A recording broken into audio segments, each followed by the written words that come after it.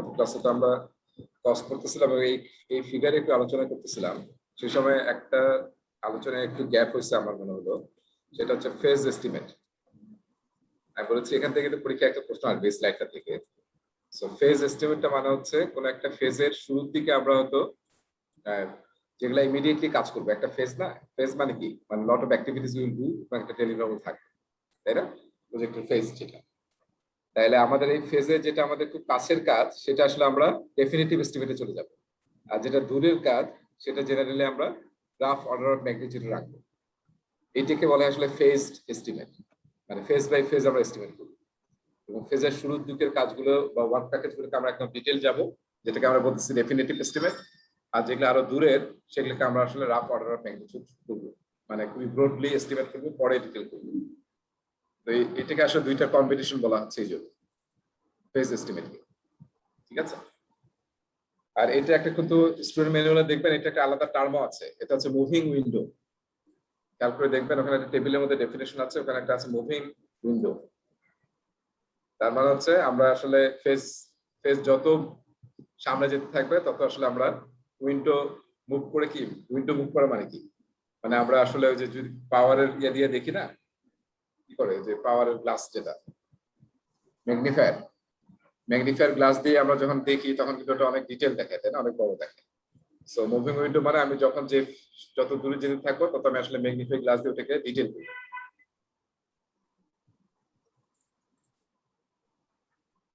So এটা আমরা একটু মনে হয় ভুল বলেছিলাম, সেজন্য একটু কারেক্ট করলাম। এরপরে আসতেছি আমরা কোয়ালিটি চ্যাপ্টারে।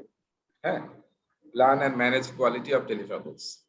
সো কোয়ালিটি চ্যাপ্টার থেকে প্রচুর প্রশ্ন হয় পরীক্ষায়। সো এটা একটু লিখে রাখেন সবাই, সেটা হচ্ছে যে আমরা এখন যে টপিকটা পড়ছি, টপিক ই, তাই না, টপিক ই।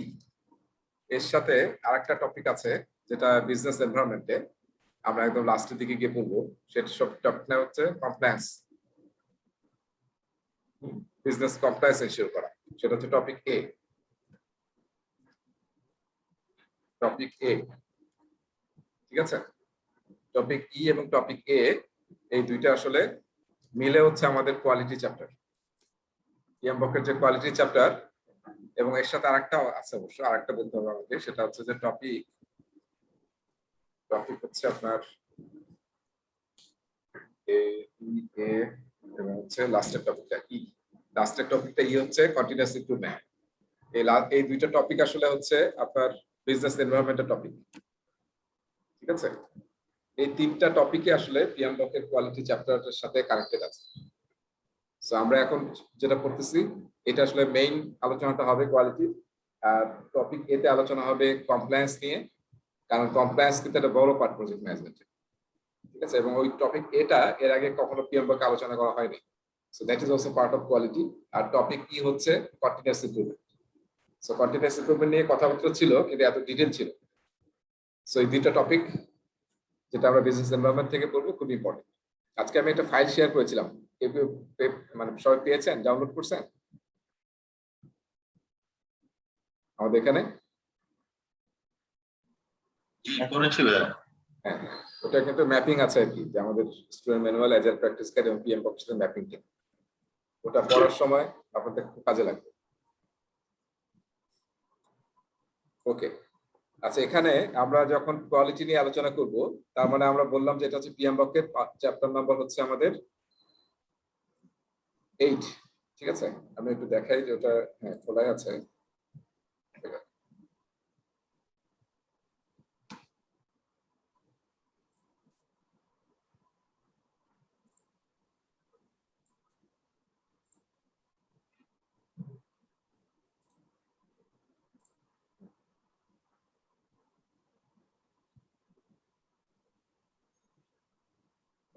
ছবি ওপেন করে রেখেছিলাম আর ক্লোজ হয়ে গেছে।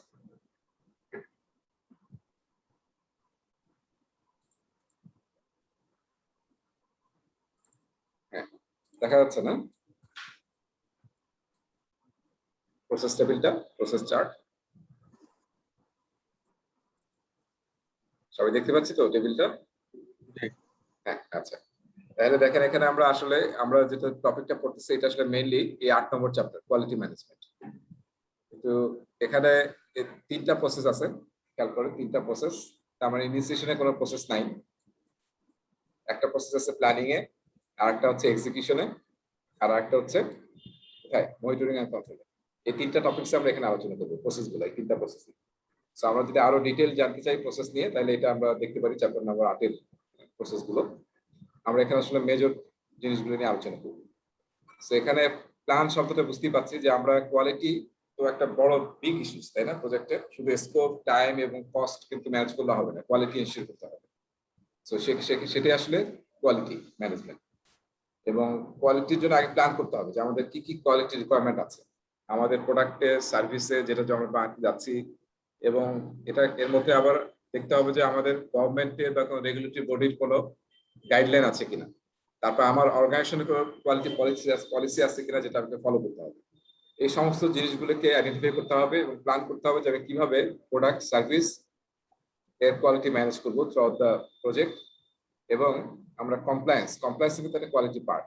তারপর আবার কন্টিনিউয়াস কিভাবে ইমপ্রুভমেন্ট করবো, এই সব জিনিসগুলি প্ল্যান করতে হবে। তারপর আমরা যে কোয়ালিটি হলো কিনা প্রোডাক্টে, সেটা আমরা কিভাবে মেজার করবো, কোয়ালিটি ম্যাট্রিক্স, তারপরে কোয়ালিটি অডিট, এই সমস্ত জিনিস নিয়ে আমরা এখানে প্ল্যান করবো। সো এটা হচ্ছে প্ল্যান কোয়ালিটি ম্যানেজমেন্ট, যে আমরা কিভাবে প্রজেক্টের ডেলিভারেবল, আউটপুট, তারপরে বিভিন্ন, আরেকটা হচ্ছে শুধু ডেলিভারেবল আউটপুট না, আমরা যে প্রসেসগুলো ফলো করব এই প্রোডাক্ট তৈরি করার জন্য প্রজেক্ট ম্যানেজমেন্টে, সেই প্রসিডিউর গুলো তারও কোয়ালিটি এনশিওর করতে হবে। ঠিক আছে? কারণ যত বেটার প্রসিডিউর এবং প্রসেস হবে, পলিসি হবে, তত কিন্তু বেটার আউটপুট তৈরি হবে। সো এটা হচ্ছে আমাদের প্ল্যান করে ফেললাম। তারপর আমরা ম্যানেজ কোয়ালিটি মানে প্ল্যানে যা করেছি আমরা, যে এই পলিসি, প্রসিডিউর বা গাইডলাইন আমরা ফলো করব, সেটা আমরা অডিট করে চেক করে দেখব যে আসলে আমরা এটা ফলো করছি কিনা। হ্যাঁ, যদি না করি তাহলে উই হ্যাভ টু কমপ্লাই, যে আমাদেরকে করতে হবে। আর যদি কোনো চেঞ্জ দরকার হয় তাহলে সেটা আমরা চেঞ্জ বা আপডেট করব। সেটা হচ্ছে ম্যানেজ কোয়ালিটি এক্সিকিউশনে। আর কন্ট্রোল কোয়ালিটি হচ্ছে যখন আসলে ডেলিভারেবল তৈরি হয়ে যাবে, তখন আসলে আমরা কন্ট্রোল কোয়ালিটি মানে টেস্ট করে আসলে, টেস্ট বা ইন্সপেকশন বা ওয়াকথ্রো, বিভিন্ন নামে পরিচিত আছে ইন্ডাস্ট্রিতে। সো আমরা টেস্ট করে দেখবো যে আসলে আমাদের প্রোডাক্ট যেটা তৈরি করছে, এক্সিকিউশনের পরে কি হবে, প্রোডাক্ট তৈরি হবে, সেটা যাতে কোনো কোয়ালিটি ডিফেক্ট না থাকে, সেটা আমাদেরকে একদম 100% শিওর করতে হবে। সেটা হচ্ছে কন্ট্রোল কোয়ালিটি। সো এটা এখানে একটু বোঝার একটা খুব বড় বিষয় আছে, সেটা হচ্ছে প্রসেস তিনটার নাম তো বুঝতে পেরেছি আমরা, তাই না? তাহলে প্রসেস গুলো কি কি ছিল কারো মনে আছে? প্রথমটা কি? পিকিউ, তাই না? Plan quality. পরেরটা কি? Manage quality. তারপরটা কন্ট্রোল কোয়ালিটি। ঠিক আছে? তাহলে প্রথমটা প্ল্যান, পরেরটা হচ্ছে এক্সিকিউশন, আর তারপরটা হচ্ছে মনিটরিং কন্ট্রোল। আমি আসলে এটা বোঝানোর জন্য একটা সিলিন্ডার ইউজ করবো এখানে। সিলিন্ডার দেখতে পাচ্ছি সবাই? সিলিন্ডারটা দিয়ে আপনাদের একটা কনসেপ্ট আপনাদের নিতে হবে, কারণ এখানে পরীক্ষায় প্রশ্ন আসে, এই কনসেপ্ট ক্লিয়ার না থাকলে আপনি মানে আনসার ঠিক করতে পারবেন না। সেটা হচ্ছে, আমরা ধরেন এটা আমাদের মানে একটা সিলিন্ডার, যার থ্রুতে আমরা কাজ করতেছি, প্রোডাক্ট তৈরি করতেছি, আমরা প্রজেক্টে যা ডেলিভারেবল তৈরি করতেছি, সেটা আমরা এই সিলিন্ডারের ভিতর দিয়ে ধরেন আমরা তৈরি করে বাইরে যাচ্ছে, ডেলিভারেবল তৈরি হচ্ছে এখানে এসে, এটা হচ্ছে আউটপুট, বিভিন্ন ডেলিভারেবল তৈরি হচ্ছে। কোয়ালিটি কিভাবে কাজ করবে দেখেন, প্ল্যান কোয়ালিটি কাজ করবে শুরুতে। আমরা কাজ করার শুরুর আগেই আমরা প্ল্যান করবো যে কিভাবে আমার প্রোডাক্ট, সার্ভিসে এবং প্রসেসের মধ্যে কোয়ালিটি এনশিওর করা যায়। সো প্ল্যান কোয়ালিটি সিলিন্ডারের মানে কাজ শুরু হওয়ার আগে আমরা প্ল্যান করছি। ঠিক আছে? এই জন্য এটা প্ল্যানিং প্রসেস করবে। আর যখন আমরা কাজ শুরু করে দেব, তখন আসলে আমরা এই যে পুরো ফ্লোর মধ্যে আমরা দেখবো যে আমরা আসলে কোয়ালিটি ম্যানেজ করছি কিনা, যেটা প্ল্যান করেছি সেটা এক্সিকিউট হচ্ছে কিনা, সেটা আমরা এনশিওর করব। ঠিক আছে? সো ম্যানেজ কোয়ালিটি একটু পাশে লিখে রাখেন। সেটা হচ্ছে manage quality actually dealing with what process. আমি যে প্রসেসগুলো আইডেন্টিফাই করলাম প্ল্যান কোয়ালিটিতে, সেটা একদম ইমপ্লিমেন্ট হচ্ছে কিনা সেটা এনশিওর করা, সেটা হচ্ছে ম্যানেজ কোয়ালিটির মেইন কাজ। ঠিক আছে? আর এরপরে যে ডেলিভারেবল তৈরি হয়ে গেল, তখন আসলে আমরা করবো হচ্ছে কন্ট্রোল কোয়ালিটি। কন্ট্রোল কোয়ালিটি মানে যে ডেলিভারেবল গুলো তৈরি হচ্ছে তার মধ্যে কোনো ডিফেক্ট আছে কিনা, এরর আছে কিনা। যদি ডিফেক্ট বা এরর থাকে তাহলে আবার আমার এখানে চলে আসতে হবে, রিওয়ার্ক করতে হবে বা ঠিক করতে হবে ওইটা। এইভাবে এটাকে কাস্টমারের হাতে দেওয়া যাবে।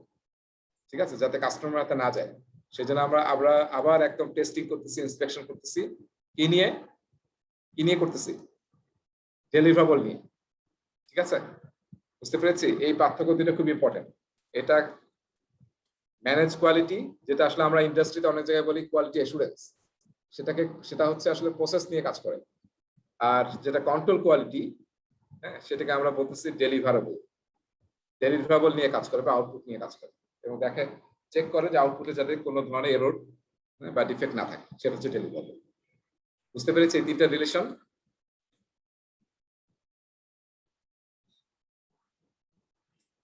এবং এখানে যে আমরা টুলটা ইউজ করি, টুল টেকনিক ইউজ করি এই যে ম্যানেজ কোয়ালিটি, সেটা হচ্ছে কোয়ালিটি অডিট।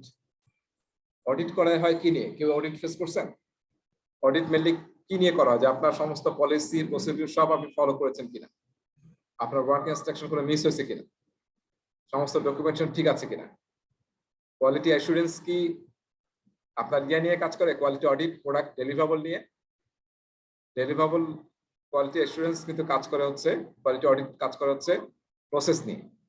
এবং সব অর্গানাইজেশনে দেখবেন যে ইন্টারনাল অডিট টিম থাকে বড় বড় অর্গানাইজেশনে, এবং মাঝে মাঝে আমরা অডিট করে এক্সটার্নাল টিমকে দেওয়া হয়। তারা এসে আসলে আমাদের প্রসিডিউর সব ঠিক আছে কিনা এটা চেক করে, এবং আমরা আসলে কমপ্লায়েন্স ম্যানেজ করছি কিনা সেটা দেখে। আর এখানে এই ডেলিভারেবল আসলে মেইন আমরা যেটা ইউজ করব সেটা হচ্ছে ওই যে টেস্ট করা বা ইন্সপেক্ট করা। এই ধরনের জিনিসগুলো আমরা যখন কন্ট্রোল কোয়ালিটি করব সেখানে ইউজ করব। So let's see the presentation now. So plan and manage quality of deliverables. ঠিক আছে, তার জন্য আমরা প্রসেসের কোয়ালিটি মেইনটেইন করব, ডেলিভারেবল কোয়ালিটি মেইনটেইন করব।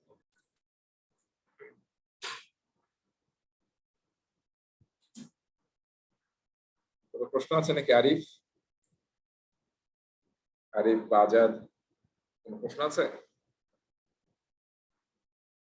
সাইফুল জয়েন করেন মনে এখন নাকি করছে? সাইফুল না ভাইয়া, বুঝতে পারছি, সমস্যা নেই। আচ্ছা ঠিক আছে, আপনারা প্রশ্ন করবেন, কিন্তু আপনারা প্রশ্ন করতেছেন না দেখলাম। এই যে আজাদ, আরিফ, তারপর সাইফুল, আপনারা কোনো কথা বললেন না দেখছি ক্লাসে। আমি একটু কম কম বলি আর কি ভাইয়া।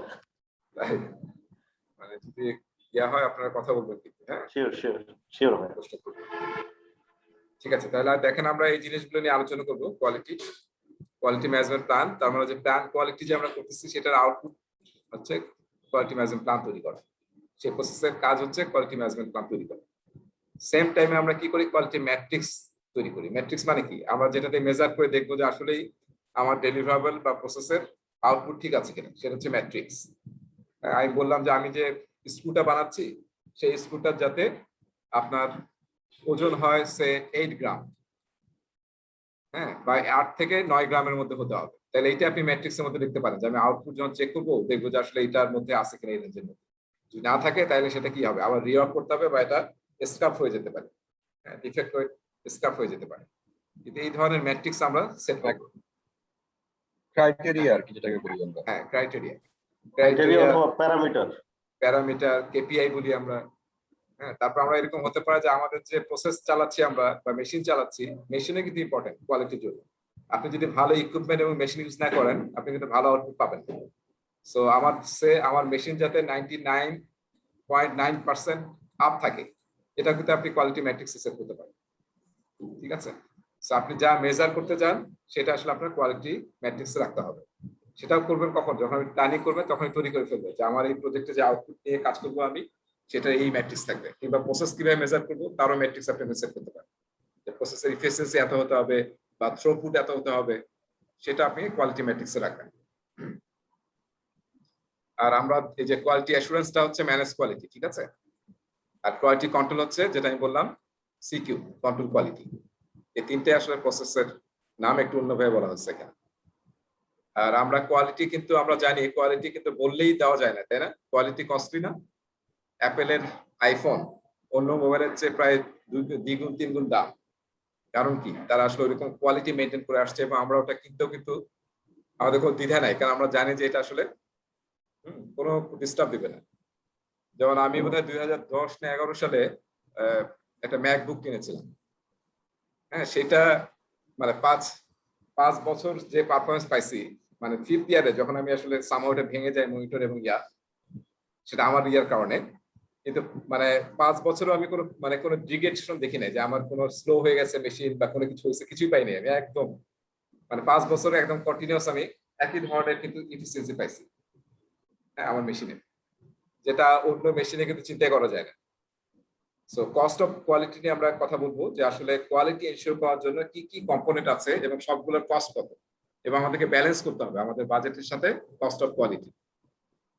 সেটা হচ্ছে কস্ট বেনিফিট অ্যানালাইসিস। আর কস্ট অফ কোয়ালিটি হচ্ছে কোয়ালিটি এনশিওর করার জন্য যত ধরনের কাজ আছে, যেমন ধরেন আবার আপনার এমপ্লয়িদেরকে ট্রেনিং দিতে হবে, ভালো মেশিনারিজ লাগবে, বা প্রসেসটাকে আবার রিডিজাইন করতে হবে, হ্যাঁ, তারপর আবার টেস্টিং করতে হবে। এই সবগুলোর কস্টই হচ্ছে কস্ট অফ কোয়ালিটি। এখান থেকে পরীক্ষায় একটা বা দুইটা প্রশ্ন আসবে। এটা একটা আলাদা সুন্দর স্লাইড আছে বা একটা টেবিল আছে, সেখানে আমরা দেখবো। বেঞ্চমার্কিং, কোয়ালিটির যখন আমরা কাজ করতে যাই তখন বেঞ্চমার্ক খুব ইউজ করি, আমরা আগেও দেখেছি বেঞ্চমার্ক, তাই না? যেমন আগে কেউ করেছে, হ্যাঁ, সেই স্ট্যান্ডার্ডটাকে ফলো করে আমরা নতুন কিছু করবো। যেমন দেখেন না, সব কোম্পানির এখন আইফোনের মতো ডিজাইন বানাচ্ছে, হ্যাঁ। সো মানে কি, ওটা একটা এমন বেঞ্চমার্ক হয়ে গেছে যে আমরা চাচ্ছি যে ওইরকম কিছু ফ্লেভার দিতে পারলে তাহলে আমাদের প্রোডাক্টটাও মার্কেটে ভালো চলবে। কোয়ালিটি অডিট হচ্ছে টেকনিক, যেটা দিয়ে আমরা চেক করে দেখবো যে আমাদের কোয়ালিটি অ্যাসুরেন্স ঠিক আছে কিনা। প্রসেস অ্যানালাইসিস, এই দুইটা খুবই important tool related to quality assurance বা ম্যানেজ কোয়ালিটি। প্রসেস অ্যানালাইসিস, দেখছেন প্রসেস মানে কি, ম্যানেজ কোয়ালিটি বলেছিলাম প্রসেস নিয়ে কাজ করে।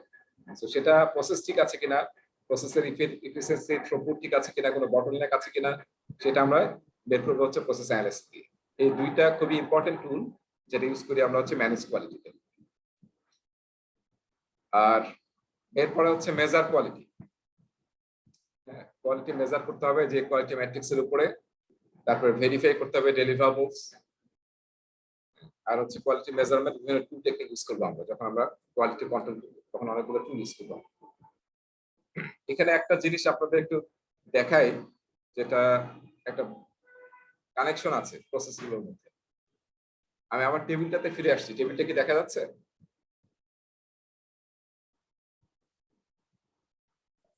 না ভাইয়া, দেখা যাচ্ছে না। এখন আসছে না? শেয়ার করতে হবে।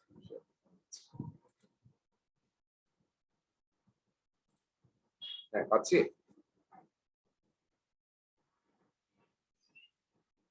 সবাই দেখতে পাচ্ছে না? হ্যাঁ, দেখতে পাচ্ছি ভাইয়া। হ্যাঁ, আচ্ছা, ঠিক আছে। দেখেন, এখানে আমি একটু কানেকশন দেখাতে চাচ্ছি যে আমরা এই যে প্রসেস গুলোর মধ্যে কিন্তু কিছু কানেক্টিভিটি আছে আর কি। হ্যাঁ, সেটার মধ্যে এই আমি এখন যেটা কানেকশন দেখাবো আপনাদের, এটা খুবই ইম্পর্টেন্ট বোঝাটা।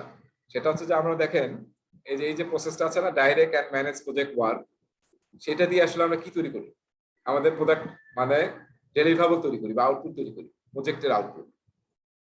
নাম থেকে বুঝতে পারছি না, direct and manage project work, মানে আমরা প্রজেক্টের এক্সিকিউশন করব এবং করে কি করবো, আসলে ডেলিভারেবল তৈরি করবো। সেই ডেলিভারেবলটা তৈরি হওয়ার পরে আমরা আসলে এই যে এই কাজটা করি, কন্ট্রোল স্কোপ করি, মানে আমাদের স্কোপ অনুযায়ী ডেলিভারি হয়েছে কিনা সেটা আমরা চেক করি। এটা চেক করার পরে যে আউটপুটটা আমরা পাই সেটাকে বলা হয় ভেরিফাইড ডেলিভারেবলস। ভেরিফাই করছি আমরা নিজেরা, ঠিক আছে, নিজেরা ভেরিফাই করছি, সেটা হচ্ছে ভেরিফাইড ডেলিভারেবলস। এই ভেরিফাইড ডেলিভারেবলসটা এখানে একটু আমি বোধহয় দেওয়া হলো, একটু গোলমাল হচ্ছে। সেটা হচ্ছে যে প্রথমে আমরা এটা করব, আমরা ডেলিভারেবল তৈরি করব, ডেলিভারেবল তৈরি করব। করার পরে ডেলিভারেবলটা আমরা কোথায় নিয়ে যাব, আমরা করব হচ্ছে কোয়ালিটিতে। এই যে কোয়ালিটিতে, এই যে কন্ট্রোল কোয়ালিটি আছে, যেখানে আমরা টেস্টিং করব যে সমস্ত কোয়ালিটি ক্রাইটেরিয়া মিট করছে কিনা আমাদের ডেলিভারিটা। যদি মিট করে তাহলে আমরা কি করব, কন্ট্রোল স্কোপ করব। কন্ট্রোল স্কোপ মানে অ্যাজ পার স্কোপ হয়েছে কিনা। এবং এটা হচ্ছে এই দুইটা কাজই একটু খেয়াল করেন, কন্ট্রোল কোয়ালিটি এবং কন্ট্রোল স্কোপ, এই দুইটা আপনার টিমের ইন্টারনাল কাজ। আপনি কোয়ালিটি দেখলেন চেক করে, আবার দেখলেন যে আপনি স্কোপ অনুযায়ী সমস্ত রিকোয়ারমেন্ট ফুলফিল হয়েছে কিনা as per the scope statement. যদি হয়ে থাকে তারপরে আপনি করবেন লাস্টে ভ্যালিডেট স্কোপ। ভ্যালিডেট মানে you have to involve customer, ঠিক আছে। তাহলে কাস্টমার ওটা চেক করে দেখবে যে হ্যাঁ আমার সমস্ত রিকোয়ারমেন্ট ওই পার্টিকুলার ডেলিভারিতে সমস্ত ফুলফিল হয়েছে, কোয়ালিটি ক্রাইটেরিয়া, অ্যাকসেপ্টেন্স ক্রাইটেরিয়া সব মিট করছে, তখন কাস্টমার এটাকে ভ্যালিডেট করে। মানে কি, মানে সাইন আপ করে এবং বলে যে আমি আমার as per my specification or by my expectation I have got the deliverable. So সেটা হচ্ছে ভ্যালিডেট স্কোপ। সো এই প্রসেস কয়েকটার মধ্যে কিন্তু এরকম একটা কানেকশন আছে, এবং এটা যতবারই ডেলিভারেবল তৈরি হবে ততবারই আপনাকে এই কাজটা কিন্তু ইটারেটিভ ভাবে করতে হবে। ঠিক আছে। সো পিএমবক কিন্তু আগে থেকে ইটারেটিভ ছিল, ওই যে আমরা আইজেলের দুইটা ক্যারেক্টারিস্টিক দেখছি, ইটারেটিভ এবং ইনক্রিমেন্টাল। এখানে কিন্তু তাই হচ্ছে, তাই না? ইটারেটিভ করছি আমরা প্রসেস গুলো, আবার প্রতিটা পরেই কিন্তু আমরা we are getting some validated deliverable by the customer.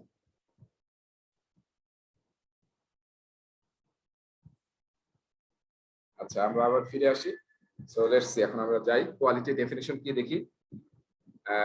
Definition থেকে ডাইরেক্টলি পরীক্ষা প্রশ্ন আসবে না, কিন্তু জানতে হবে the degree to which a set of inherent characteristic fulfil requirements, সেটাকে আমরা বলতেছি কোয়ালিটি ডেফিনিশন। তার মানে হচ্ছে এটাকে আমরা ওই যে যখন আমরা ইয়াদ করবো যে বিজনেস এনভায়রনমেন্টে দুইটা টপিক করবো, একটা হচ্ছে আপনার কমপ্লায়েন্স, একটা করবো হচ্ছে কন্টিনিউয়াস ইমপ্রুভমেন্ট। সেখানে গিয়ে দেখবো যে অনেক কোয়ালিটি গুরুর মানে ইয়া আছে, ফিলোসফি আছে, থিওরি আছে। তার মধ্যে একটা থিওরি, দুইটা থিওরি হচ্ছে এরকম, আমরা ওখানে পড়বো, তাও এখানে বলা দরকার মনে হচ্ছে। একটা হচ্ছে conformance to requirements, conformance to requirements, হ্যাঁ, এটা একটা। আর একটা হচ্ছে fit for use and fit for purpose, ঠিক আছে। কনফার্ম টু রিকোয়ারমেন্টস মানে আমি কাস্টমার আমার কাছে যেটা চাইছে সেটা আমাকে কনফার্ম করতে হবে, কনফার্ম করতে হবে। ওখানে যদি গ্যাপ থাকে তাহলে বাকি জিনিস তো দিয়ে লাভ নেই, ওখানে যাতে কোনো গ্যাপ না থাকে। কোয়ালিটির একদম মেইন বেসিক কথা হচ্ছে কাস্টমার আমার কাছে যা চেয়েছে সেটা আমি একদম কনফার্ম করতে পারছি কিনা, সেটা হচ্ছে কনফার্ম টু রিকোয়ারমেন্টস। আর একটা হচ্ছে ফিট ফর ইউজ, কাস্টমার যে কারণে প্রোডাক্টটা কিনেছে, হ্যাঁ, সেটা ইউজটা এখন ওকে ভ্যালিড আছে কিনা ইউজটা। আর ফিট ফর পারপাস হচ্ছে যে পারপাজে কিনেছে, ধরেন আমি একটা এসি কিনছি, পারপাস কি, যাতে আমার ঠান্ডা হয়, ঠিক আছে, সেটা হচ্ছে ফিট ফর পারপাস।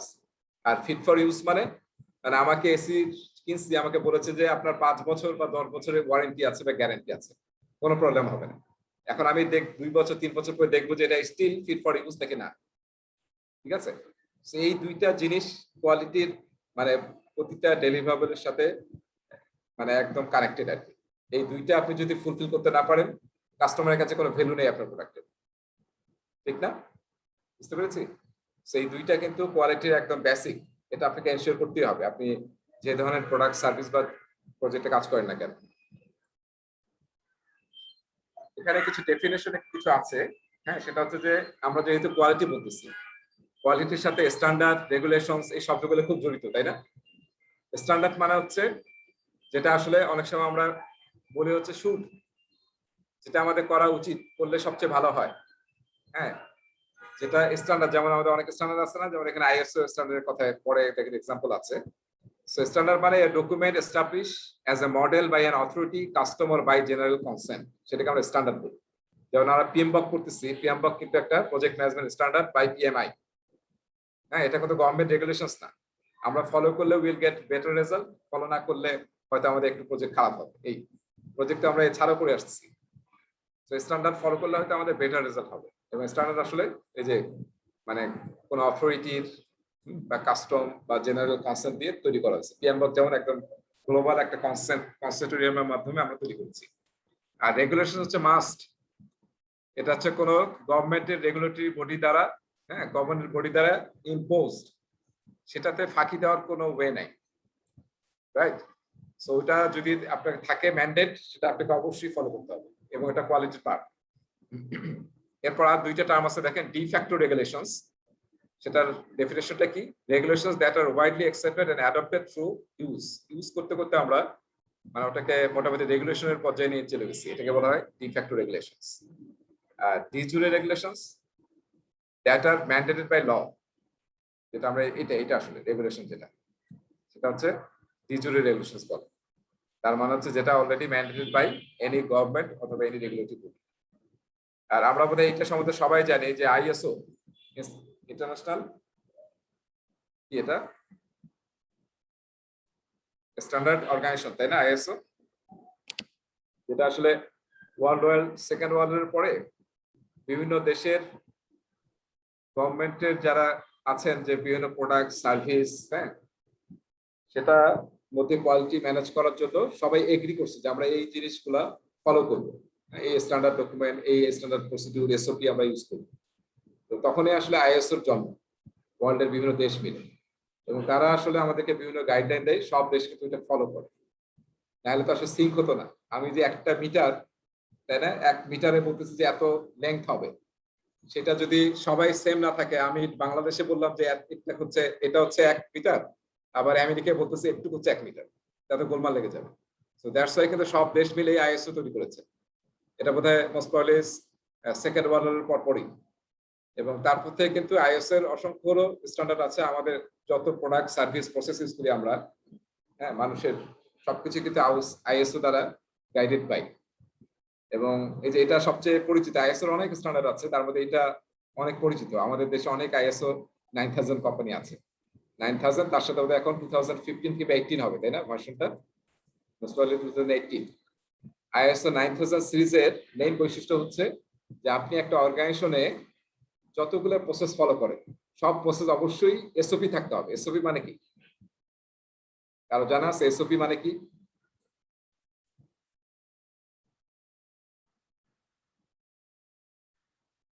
হ্যাঁ, রাজু ভাই, মনে যাচ্ছে না।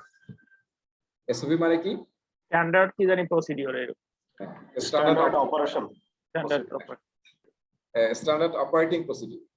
অপারেটিং, অপারেটিং প্রসিডিউর, তার মানে আপনার অর্গানাইজেশন যতগুলো প্রসেস আছে সবগুলো যাতে এসওপি মেনটেন করে, স্ট্যান্ডার্ড অপারেটিং প্রসিডিউর মেনটেন করে, এবং সেটা ডকুমেন্টে থাকতে হবে।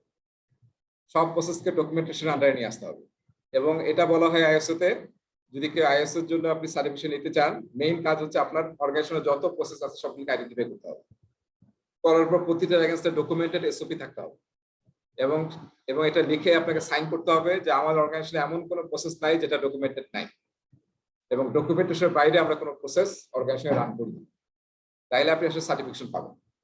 সো ডকুমেন্টেশন হলে কি হবে, তাহলে আসলে একটা মানে সবার কাজের মধ্যে সিঙ্ক থাকবে, আর না হলে যে যার ইচ্ছা মতো কাজ করবে, এবং আমরা যে এক্সপেক্টেড রেজাল্ট চাচ্ছি সেটা আসলে সব জায়গা থেকে সেম পাওয়া যাবে। আচ্ছা, এরপরে যে একটু আগে আমি বললাম যে ভেরিফাইড ডেলিভারেবলস, মনে আছে যে ডেলিভারেবল গুলো ভেরিফাইড হতে হবে আমাদের নিজেদের দ্বারা।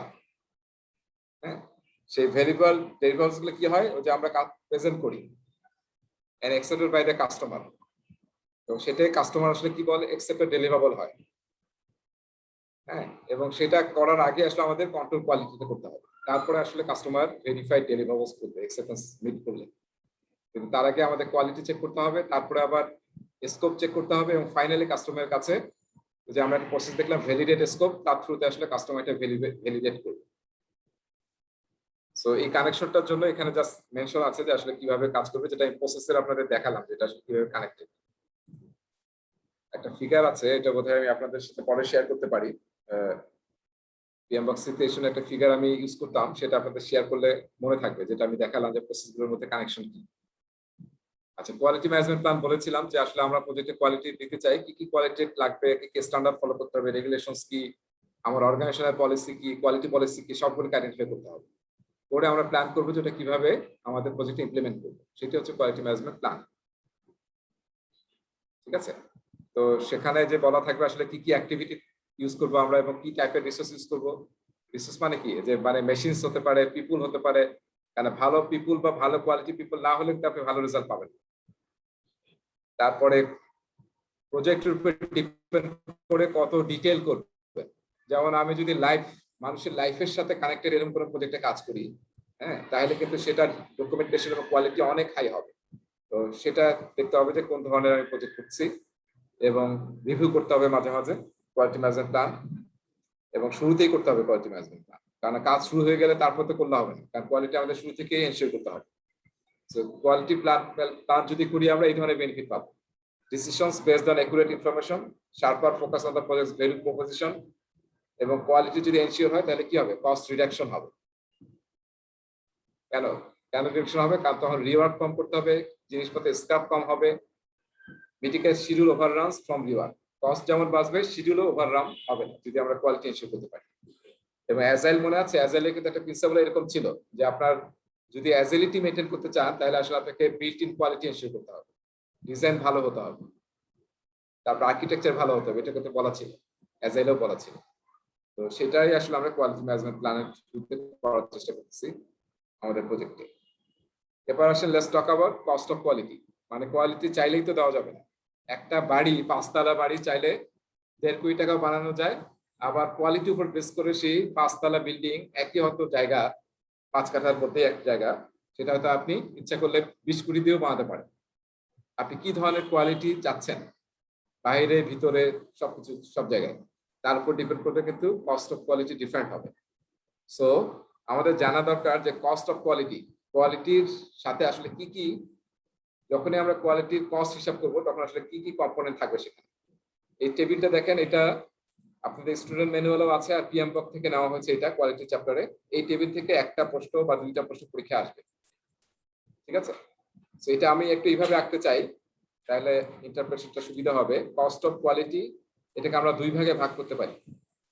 একটা হচ্ছে কস্ট অফ কনফরমেন্স, এই যে এটা লিখলাম আর কি, কস্ট অফ কনফরমেন্স। আর একটা হচ্ছে কস্ট অফ নন কনফরমেন্স। আচ্ছা, নন কনফরমেন্স এটাকে অনেক জায়গায় এইভাবে বলা হয়, এটা একটু আপনারা লিখে রাখেন, COPQ। এটাকে যেমন বলছিলাম কস্ট অফ কোয়ালিটি, এটা হচ্ছে কস্ট অফ পুয়ার কোয়ালিটি, হ্যাঁ, যেটাকে বলা হয় কস্ট অফ নন পারফরমেন্স। এবং এইটা কস্ট অফ পারফরমেন্সকে আবার 2 ভাগে ভাগ করা হয়। একটা হচ্ছে প্রিভেনশন কস্ট, আপনি আগে থেকে প্রিভেন্ট করার চেষ্টা করবেন। আমরা একটা ছোটবেলায় পড়ছি না যে prevention is better than cure, মনে আছে? Prevention is better than cure. তার মানে আগে থেকে যদি আমরা প্রিভেন্ট করতে পারি, ছোটবেলায় আমাদের টিকা দিয়েছে না, আমাদের ছোটবেলায় টিকা তো অনেক ভয়ঙ্কর ছিল নাকি, অনেক ব্যথা লাগতো, তারপরে মানে জ্বর এসে যেত। আর আপনারা ওটা দিচ্ছেন কিনা জানি না, আমার যেমন হাতে দেওয়া ছিল ওই একটা গোল দিয়ে ঘুরে দেয়, কেউ দিয়েছেন এখানে? গোল একটা চাকিয়ার মতো, ওটা দিয়ে ঘুরাই দেয় এবং আপনার একদম রক্ত বের হয়ে যায়। আগের টিকা কিন্তু আরো মানে ডিফিকাল্ট ছিল। এখন তো সুচ খুবই, এই যে কোভিড এর দিলাম মানে টেরি পাওয়া গেল, একটা কামড় মনে হলো, কারণ সুচটা এত ছোট, আর আগের কিন্তু সুচ অনেক বড় ছিল। সো কেন দিয়েছে এই টিকাগুলো? Prevention is better than cure. So এটা হচ্ছে প্রিভেন্ট করার জন্য কি কি কস্ট লাগবে আমি পরে যাচ্ছি ভিতরে। আর আরেকটা হচ্ছে অ্যাপ্রেজাল কস্ট। অ্যাপ্রেজাল মানে আসলে যে আমরা টেস্টিং করব, ইন্সপেক্ট করব, সেই জিনিসগুলো বলা হচ্ছে অ্যাপ্রেজাল করা, ঠিক আছে? Appraisal cost. তাহলে কস্ট অফ পারফরম্যান্সের 2টা কম্পোনেন্ট, সাব কম্পোনেন্ট, একটা হচ্ছে প্রিভেনশন, একটা হচ্ছে অ্যাপ্রেজাল কস্ট। আর কস্ট অফ পুয়ার কোয়ালিটি এটা 2টা, একটা হচ্ছে ইন্টারনাল ফেলিউর কস্ট, একটা হচ্ছে এক্সটার্নাল ফেলিউর কস্ট। বুঝতে পেরেছি? এখন দেখেন এই যে প্রিভেনশন কস্টের মধ্যে কি কি পড়ে, এখানে এক্সাম্পল দেওয়া আছে। যেমন আমার টিমকে ট্রেনিং দিচ্ছে যাতে তারা ভালো মতো কাজ করতে পারে, সেটা প্রিভেনশন কস্ট। ট্রেনিং দিলে আমরা আশা করছি যে তারা ভালোভাবে কাজ করতে পারবে। তারপর প্রসেস গুলো যদি আমরা এসওপি মেনটেন করি, ডকুমেন্টেড প্রসেস, মানে একদম ইনস্ট্রাকশন বলা আছে, স্টেপ 1 2 3 4 5, তাহলে কি হবে? মিস্টেকস কম হবে। এই যে যত ম্যানুফ্যাকচারিং কোম্পানি আছে প্রায় সব জায়গায় মেশিনের এখানে লেখা থাকে যে স্টেপ বাই স্টেপ কি করতে হবে আপনার মেশিনে, এবং লেবাররা সেমি স্কিল বা আনস্কিল লেবাররা কিন্তু ওটা চালাচ্ছে, হ্যাঁ, এই জাস্ট ইনস্ট্রাকশন গুলো ফলো করে। সো তারপর ভালো ইকুইপমেন্ট, তারপরে time to do it right, যখনকার কাজ তখন যদি না করেন কাজ ভালো হবে? Time to do it right. কামার যে লোহা গরম করার পর লাল হয় যদি তখনই বাড়ি না দেয়, হ্যাঁ, 10 মিনিট 15 মিনিট পরে বাড়ি দেয় বা আধা ঘন্টা পরে, তাহলে লাভ হবে? এক্সপেক্টেড কিন্তু আউটপুট বের হবে না। আমি যে ছুরি বানাতে যাচ্ছি বা বটি বানাতে যাচ্ছি, that will not happen. So এইগুলো হচ্ছে প্রিভেনশন কস্ট। আর অ্যাপ্রেজাল কস্ট হচ্ছে অ্যাসেস দ্য কোয়ালিটি, মানে টেস্টিং ইন্সপেকশন করার জন্য। যেমন টেস্টিং হতে পারে, ইন্সপেকশন, অনেক জায়গায় ইন্সপেকশন বলা হয়, অনেক জায়গায় ওয়ার্ক থ্রু বলা হয়, মানে আমরা হেঁটে দেখি যে সব ঠিক আছে কিনা। আর 2 ধরনের টেস্টিং আমরা ইন্ডাস্ট্রিতে ইউজ করি, একটা হচ্ছে ডিস্ট্রাকটিভ টেস্টিং, একটা হচ্ছে নন ডিস্ট্রাকটিভ টেস্টিং। কারো জানা আছে? কেউ ম্যানুফ্যাকচারিং এ আছেন এখানে? ম্যানুফ্যাকচারিং এ কাজ করেন? এটা ডিস্ট্রাকটিভ টেস্টিং মানে কি? কোন এক্সাম্পল? ডিস্ট্রাকটিভ টেস্টিং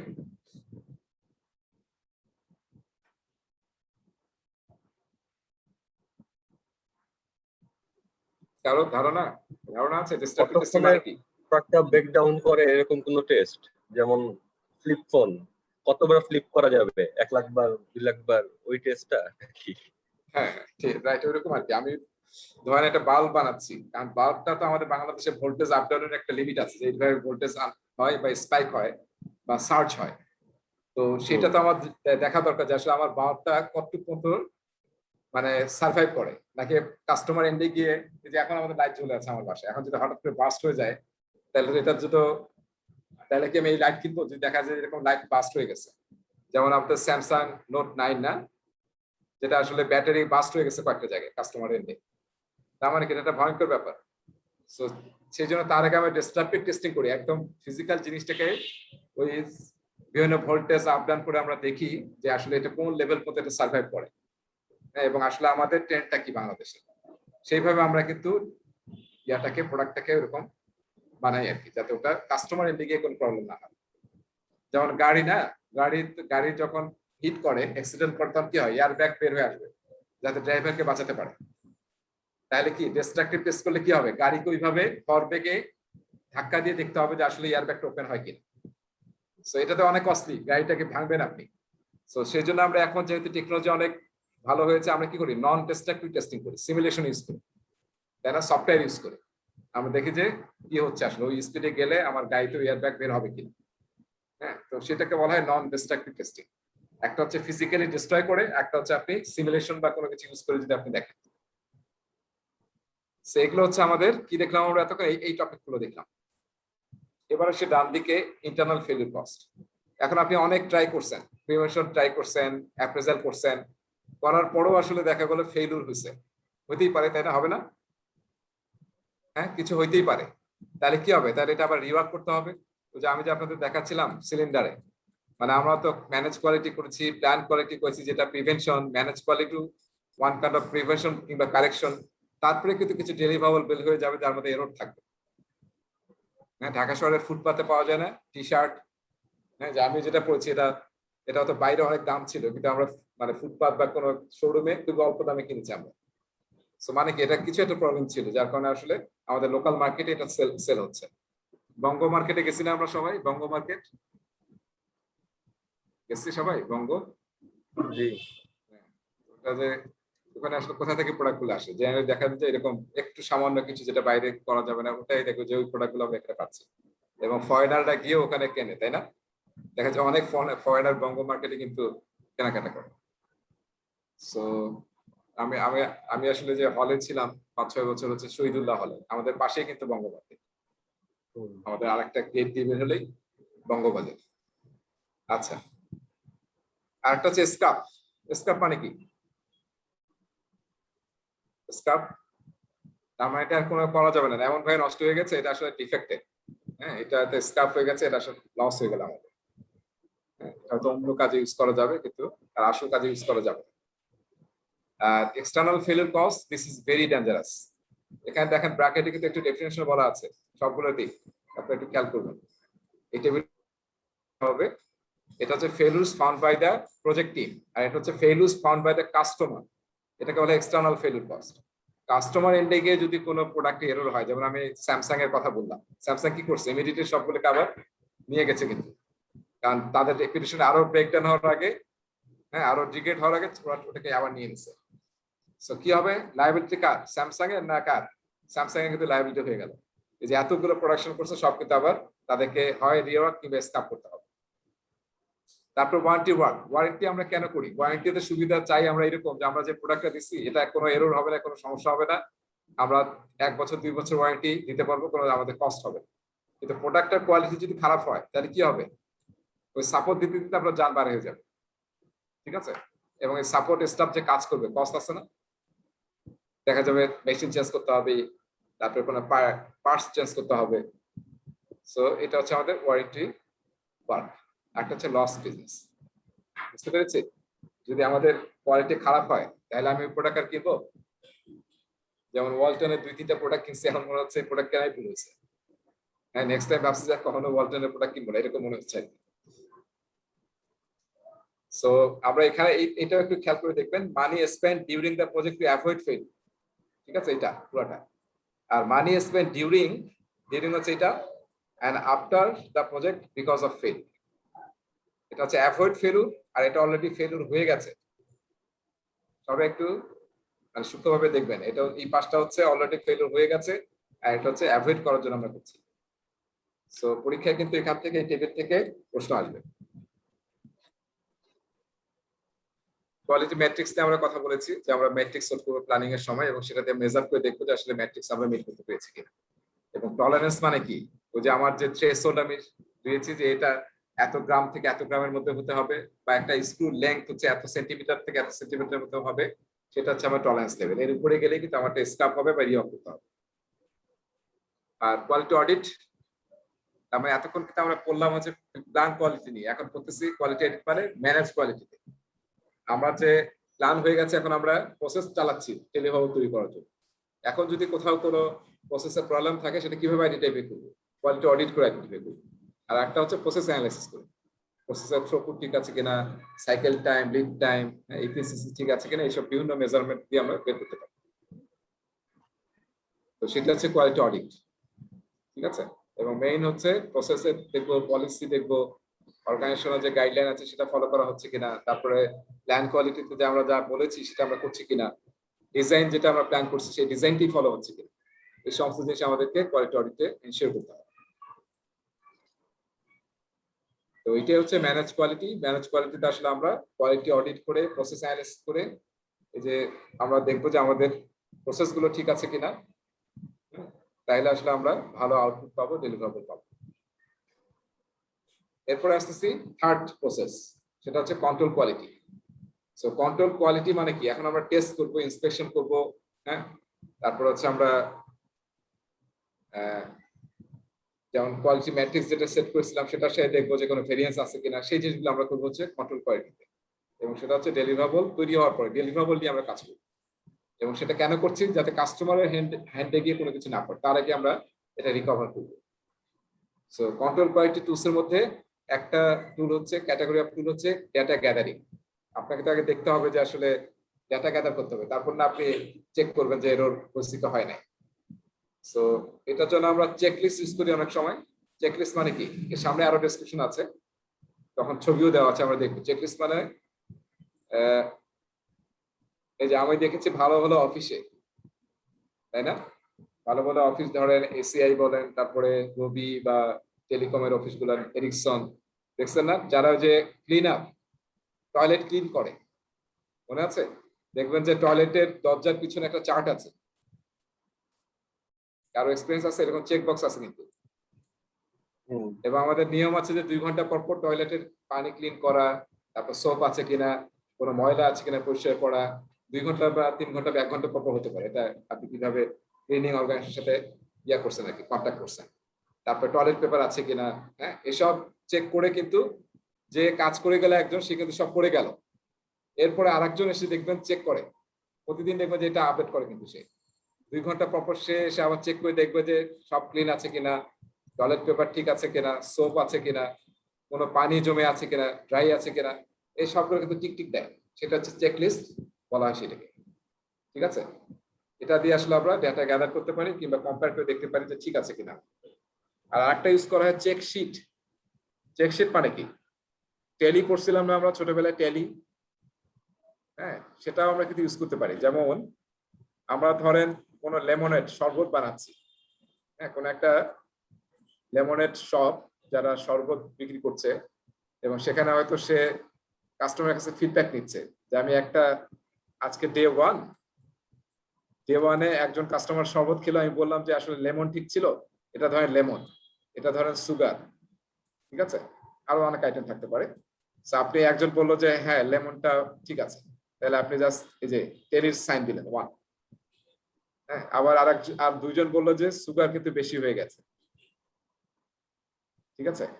আবার আরেকজন খেলো, তার কাছ থেকে ফিডব্যাক নিলেন, সে বললো যে হ্যাঁ মানে লবণ বেশি হয়ে গেছে।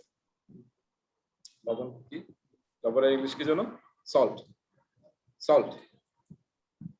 সো এইভাবে যদি চেকশিট মিটে করে আপনি ডাটা কালেক্ট করেন, তাহলে কি হবে, 1 সপ্তাহে যদি আপনি ডাটা কালেক্ট করেন, তাহলে আপনি বুঝতে পারবেন যে আসলে আপনার কোথায় সমস্যা হচ্ছে এবং আপনাকে আসলে কিভাবে লেমনের তৈরি করতে হবে যাতে আসলে কাস্টমার হ্যাপি হয় এবং রিটার্ন কাস্টমার আপনি পান। তো সেটাকে বলা হয় চেকশিট, যদি আমরা টেলির মতো কিছু ইউজ করি। এটা এই 2টা ছবি দেখবেন পিএমবকে আছে, হ্যাঁ, স্পেশালি চেকশিটের ছবি পিএমবকে দেখবেন সুন্দর করে দেওয়া আছে একটা। স্ট্যাটিস্টিক্যাল স্যাম্পলিং এটা মানে হচ্ছে আমরা যে ডেটা নিয়ে কাজ করব কোয়ালিটি অডিটের জন্য, আমরা যখন স্ট্যাটিস্টিক্স বলি দুইটা জিনিস আছে তাই না? ডেটা নিয়ে স্ট্যাটিস্টিক্স কি দিয়ে কাজ করে? ডেটা নিয়ে। এটার মধ্যে দুইটা ভাগ আছে, একটা হচ্ছে পপুলেশন, আরেকটা কি স্যাম্পল, তাই না? পপুলেশন মানে ফুল ডাটা, হোল ডাটা, সেটা হচ্ছে পপুলেশন। আর স্যাম্পল মানে ওই হোল ডাটা থেকে আপনি কিছু জিনিস, কয়েকটা পার্ট নিলেন বা কয়েকটা ডেটা নিলেন, সেটা হচ্ছে স্যাম্পল। আমরা আসলে ইট ইজ কোয়াইট ইম্পসিবল যে আমার ম্যানুফ্যাকচারিং এ প্রতিদিন 10,000 টি শার্ট বের হয়, 10,000-এর প্রতিটারই আমি আসলে সমস্ত কোয়ালিটি চেক করব।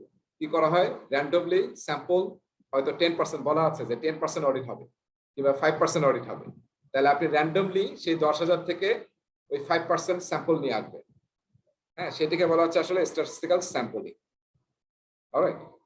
আর কোশ্চেনিয়ার এন্ড সার্ভে, যখন অনেক বেশি অডিয়েন্স হয়, অনেক ফিডব্যাক নেবেন আপনি বিভিন্ন জায়গা থেকে, তখন আসলে আমরা সার্ভে বা কোশ্চেনিয়ার করে ফিডব্যাক নিতে পারি আমাদের কোয়ালিটি নিয়ে। যেমন পিএমআই মাঝে মাঝে ফিডব্যাক নেয় যে তার কোন একটা সেমিনার হয়েছে বা কোন একটা অনুষ্ঠান হয়েছে বা কোন একটা বই সে পাবলিশ করছে আর্টিকেল, তো সে মেম্বারদের কাছে আসলে সার্ভে পাঠায় যে আসলে এটা আপনার কেমন লাগলো, ফিডব্যাক কি। সো এটার থ্রুতে কিন্তু আপনি কোয়ালিটি চেক করতে পারেন আপনার ডেলিভারেবল বা প্রোডাক্টের বা যে কোনো আপনি যেটা তৈরি করছে সেটা। আচ্ছা, শুধু ডেটা কালেক্ট করলে হবে না, আমাদেরকে ডেটা অ্যানালাইসিস করতে হবে, তাই না? কেন অ্যানালাইসিস করবো? একটা হচ্ছে পারফরম্যান্স রিভিউ করার জন্য। ওই যে ম্যাট্রিক্স সেট করেছিলাম, সেই ম্যাট্রিক্সের সাথে মিলিয়ে দেখবো সেই 99.9% আপ আছে নাকি আসলে 99.5 হয়েছে, সেটা আপনি পারফরম্যান্স রিভিউ করবেন। তারপরে রুট কজ অ্যানালাইসিস করবেন। শুধু পারফরম্যান্স রিভিউ না, কেন হলো সেই রুট কজটা অ্যানালাইসিস করতে হবে, যেটাকে এটা একটু খেয়াল করে মনে রাখেন, অনেক সময় এটাকে সংক্ষেপে বলা হয় RCA, রুট কজ অ্যানালাইসিস। সেটা আমরা ইউজ করব, ঠিক আছে? কারণ রুট যদি আইডেন্টিফাই করে সলভ করতে না পারি তাহলে কি হবে? বারবার একই ইস্যুজ আসবে, ঠিক আছে? So that's why you have to identify the root cause and you have to eliminate the root cause. তাহলে we will not get any error further in the future. Data representation মানেই হচ্ছে কিন্তু এই যে ছবিও দেওয়া আছে, তার মানে গ্রাফিক্যালি প্রেজেন্ট করবেন বা কোনো গ্রাফ ইউজ করবেন। সো আমরা এই যে cause and effect diagram use করতে পারি, যেটা একটা রুট কজ অ্যানালাইসিসের টেকনিক। আমরা সামনে দেখব, অনেকে হয়তো জানি এটা, আর একটা নাম আছে ফিশবন ডায়াগ্রাম কিংবা ইশিকাওয়া ডায়াগ্রাম, কিংবা অনেকে এটাকে বলে ওয়াই ডায়াগ্রাম, ওয়াই ডায়াগ্রাম দেখবো আমরা সামনে। তারপরে আমরা ইউজ করি কন্ট্রোল চার্ট। এটাও এক ধরনের চার্ট যেটা আসলে প্রসেসের পারফরমেন্স বা ভেরিয়েন্সটা দেখা যায় কন্ট্রোল চার্ট ইউজ করে, স্ট্যাটিস্টিক্যাল টুল। হিস্টোগ্রাম, এটা আমরা সবাই জানি, হিস্টোগ্রাম মানে কি? Bar chart. আমাদের যে বিভিন্ন প্রসেসে এরর হচ্ছে, ধরেন কাস্টমার কমপ্লেন করতেছেন কোন একটা, এটা হচ্ছে number of customer complaints Y অ্যাক্সিসে, আর এটা হচ্ছে সময়, সকাল 9টা থেকে 10টা, হ্যাঁ, 10টা থেকে 11টা, 12টা থেকে 1টা, এইভাবে আপনি সময় রাখলেন। এখন দেখবেন যে আসলে কাস্টমারের কমপ্লেন কল সেন্টারে, ধর কল সেন্টারে আপনি পারফরমেন্স রেজাল্ট দেখতেছেন আর কয়টা আসলে এরর আসে। সো যতটা এরর আসবে 9টা থেকে 10টার মধ্যে হয়তো 50টা এরর এসেছে, আবার এখন হয়তো 70টা এরর এসেছে। এই যে আপনি বার চার্ট দিয়ে দেখতেছেন, সেটাকে বলা হচ্ছে হিস্টোগ্রামস। তাহলে আপনি বুঝতে পারবেন যে আসলে কোন কারণে বা কোন সময়টা সবচেয়ে বেশি কাস্টমারের কমপ্লেন আসে, সেই অনুযায়ী আপনি আসলে প্ল্যান করবেন নেক্সট। তারপর একটা হচ্ছে স্ক্যাটার ডায়াগ্রাম, এটাও স্ট্যাটিস্টিক্যাল টুল। সেটা হচ্ছে যে আমরা দুইটা ভেরিয়েবলের মধ্যে রিলেশন খোঁজার চেষ্টা করি, কেন আসলে এররটা হচ্ছে। হ্যাঁ, এটা কি এটা মানে এক্স এর সাথে কানেক্টেড নাকি অন্য কিছুর সাথে কানেক্টেড? যেমন ডাক্তাররা যখন খুঁজে পায় না যে কেন আসলে এই রোগটা হয়েছে, তখন কি করে? একটা টেস্ট দিয়েছে, দিয়ে দেখতে যাচ্ছে এটার সাথে কি কোনো রিলেশন আছে কিনা, রোগীর যে লক্ষণ দেখতে পাচ্ছে। যদি দেখা যায় ওটার সাথে কোনো রিলেশন নাই, তাহলে আমরা তখন অন্য টেস্ট করি, যে ঠিক আছে তাহলে আমরা একটা আরো অ্যাডভান্স কোনো টেস্ট করে দেখি যে রিলেশন আছে কিনা, এইভাবে ফাইন্ড আউট করার চেষ্টা করি। তো স্ক্যাটার ডায়াগ্রাম আসলে ফাইন্ড আউট করতে হেল্প করবে যে আসলে দুইটা ভেরিয়েবলের মধ্যে কি ধরনের রিলেশনশিপ আছে। যদি কোনো রিলেশনশিপ না থাকে, তার মানে এটার কারণে প্রবলেমটা হচ্ছে না। যদি রিলেশনশিপ থাকে যে এটা বাড়লে আমাদের প্রবলেমটাও বাড়ে, তার মানে এটার সাথে কোনো কানেকশন আছে, তাহলে ওইটাকে ঠিক করতে হবে। সেটা হচ্ছে স্ক্যাটার ডায়াগ্রাম। সবগুলোরই সামনে আমরা দেখবো, ফিগার দেখবো এবং একটু ডিটেল আছে। যদি আমি অনেক আলোচনা এখানে করলাম, যেমন কোশ্চেনিয়ার সার্ভে, এটা আমরা নিশ্চয়ই বুঝতে পেরেছি। চেকলিস্ট অলরেডি টকড, যে এরকম আমরা চেক করতে পারি। স্ট্যাটিস্টিক্যাল স্যাম্পলিং বলেছিলাম যে ফুল পপুলেশন নিয়ে কাজ করা সম্ভব হয় না, আমরা স্যাম্পল নেই। কিন্তু এই ফিগারটা একটু খেয়াল করে দেখবেন, এখানে আসলে স্যাম্পল নেওয়ার সময় র্যান্ডমলি তো ইউজ করতেও হবে এবং আপনাকে টেকনিক খাটাতে হবে যাতে আসলে সব টাইপের আপনি কি পান স্যাম্পল নিতে পারেন। যেখানে এক্সাম্পল দেওয়া আছে যে এখান থেকে আমরা 2কে পিক করেছি, কালার গুলো একটু দেখেন, আর এখান থেকে আবার 5, এই ডেটা সেট থেকে আমরা 5কে নিয়েছি। হ্যাঁ, আবার এখান থেকে পরের ডেটা সেট থেকে আমরা আরো একটা স্যাম্পল নিয়েছি। সো যাতে সব ধরনের ডেটা পাই আমরা। আমরা যদি বাংলাদেশের সব লোকজনের হাইট মেজার করতে চাই তাহলে কি হবে, এমন ভাবে স্যাম্পল নিতে হবে যাতে আসলে মানে লম্বা লোকজন এমন কোন ডিস্ট্রিক্ট থেকে নেওয়া যাবে না যে ডিস্ট্রিক্টে হয়তো সবাই একটু খাটো। তো আমাদেরকে করতে হবে কি, এমন ভাবে নিতে হবে যাতে আসলে একটা আমরা মিক্সচার অফ স্যাম্পল পাই। তো সেটা মাথায় রাখতে হবে যখন আমরা স্ট্যাটিস্টিক্যাল স্যাম্পলিং করব। সেই কথাটা এখানে বলা আছে এবং ফিগারটা সেটা ইন্ডিকেট করে এবং স্টুডেন্ট ম্যানুয়ালে ওটা দেখবেন যে ব্যাখ্যা আছে। এরপরে ডেটা অ্যানালাইসিসে আমরা দুইটা জিনিস দেখেছিলাম, পারফরম্যান্স রিভিউ। আমরা দেখবো যে পারফরম্যান্সের কি অবস্থা, আমাদের ট্রেন্ডটা কিরকম। ট্রেন্ড অ্যানালাইসিস করা খুব ইম্পর্টেন্ট। মানে এরর শুরুর দিকে হয়তো শুরুর দিকে বেশি ছিল, এরকম থাকতে পারে, শুরুর দিকে বেশি ছিল তারপর হয়তো কমে যাচ্ছে, দ্যাট ইজ গুড সাইন। কিন্তু দেখলাম যে এরর শুরুর দিকে কম ছিল তারপর খালি বাড়ছে আর বাড়ছে, that is bad sign. So trend analysis করতে হবে। তারপরে আর্ন ভ্যালু ম্যানেজমেন্ট আমরা এখন করি নাই, করবো, সেটা দিয়ে মেজার করা যায় যে আমার আসলে মানে in terms of scope, time এবং কস্টের ভেরিয়েন্সটা কি, পারফরমেন্সটা কি, সেটা আমরা আর্ন ভ্যালু দিয়ে বের করতে পারি। সেটা আমরা সামনে আলোচনা করব যখন মডিউল 4 আলোচনা করব। তারপরে আমরা ক্রিটিক্যাল পাথ মেথড, মনে আছে গত ক্লাসে আলোচনা করছিলাম ক্রিটিক্যাল পাথ মেথড। তার মানে কি হবে, যদি আমাদের কোনো এরর থাকে বা কোনো ডিফেক্ট হয়, রিওয়ার্ক করতে হয়, তাহলে ক্রিটিক্যাল পাথের অ্যাক্টিভিটি গুলো যদি ইম্প্যাক্টেড হয় তাহলে তবে অন শিডিউলে থাকতে পারবেন, ডেডলাইন মিস হবে। তো সেই ডেডলাইন যদি মিস হয়, দেখি যে মিস হচ্ছে বা ক্রিটিক্যাল পাথের ক্রিটিক্যাল অ্যাক্টিভিটি গুলো প্রবলেমে পড়ছে, তার মানে কোনো প্রসেস বা কোনো কিছুর মধ্যে হয়তো প্রবলেম আছে, সেটা আমরা সলভ করতে হবে। এটারই আরেকটা টেকনিক বলা হয় ক্রিটিক্যাল চেইন মেথড, সিসিএম বলা হয় এটা। ঠিক আছে, এটা হচ্ছে সিপিএম, এটা হচ্ছে ক্রিটিক্যাল চেইন মেথড। এটা আসলে এটাও আসলে শিডিউলিং এর জন্য ইউজ হয় এবং আসলে বটলনেক আইডেন্টিফাই করার জন্য ইউজ হয়, আপনার প্রসেসের বটলনেক আইডেন্টিফাই করার জন্য। সো এটাকে বলা হয় ক্রিটিক্যাল চেইন মেথড। আপনারা যদি মনে থাকে আপনাদের, আমি যখন শিডিউলিং করাচ্ছিলাম, শিডিউলিং দিয়ে একটা আপনাদের এক্সাম্পল দিই যে দুইটা টাস্ক এ এবং বি।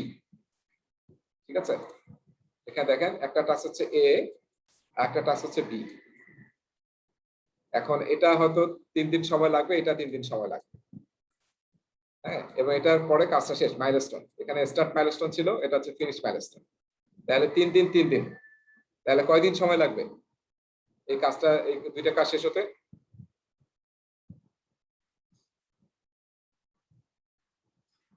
3 দিন ভাইয়া, 3 দিন। 3 দিন সময় লাগবে যেহেতু দুইটা প্যারালালি হচ্ছে। কিন্তু যদি এরকম হয়, এখন যদি আমি জানি এই কাজটা করতেছে হচ্ছে মাইক আর এই কাজটা করতেছে হচ্ছে পিটার, তাহলে 3 দিন লাগার কথা। কিন্তু যদি এরকম হয় এই কাজটা মাইক করে এবং এই কাজটাও মাইক করবে, তাহলে এখন বলেন এটা কি 3 দিনে সম্ভব? তখন 6 দিন লাগবে। তখন 6 দিন লাগবে। এই যে আমরা নরমাল যখন ক্রিটিক্যাল পাথ মেথড ইউজ করি, ক্রিটিক্যাল পাথ মেথডে কিন্তু একটা সমস্যা হচ্ছে সেখানে কিন্তু আমরা কোনো রিসোর্স নিয়ে হিসাব করি নাই। আমরা খালি দেখছি যে প্রেসিডেন্স ডায়াগ্রাম, তারপরে ওই যে ডিপেন্ডেন্সি, এইসব দেখে আমরা কিন্তু লিড ল্যাগ এইসব দেখে আমরা ক্রিটিক্যাল পাথ বের করছি। যদি ক্রিটিক্যাল চেইন মেথডে বলা হয়, যদি তুমি শিডিউলিং এর জন্য ক্রিটিক্যাল চেইন মেথড ইউজ করো তাহলে রিসোর্স কনস্ট্যান্টটা দেখতে হবে। যদি এরকম রিসোর্স কনস্ট্যান্ট থাকে যেটা আমি একটু আগে দেখালাম, তাহলে তো আপনি আসলে 3 দিনে করতে পারবেন। ঠিক আছে, তো সিসিএম আপনাকে, সিসিএম এর আসলে মেইন উদ্দেশ্য হচ্ছে, এটা যিনি তৈরি করেছেন তার নাম কেউ জানি? ওনার নাম হচ্ছে গোলরাট, ডক্টর গোলরাট।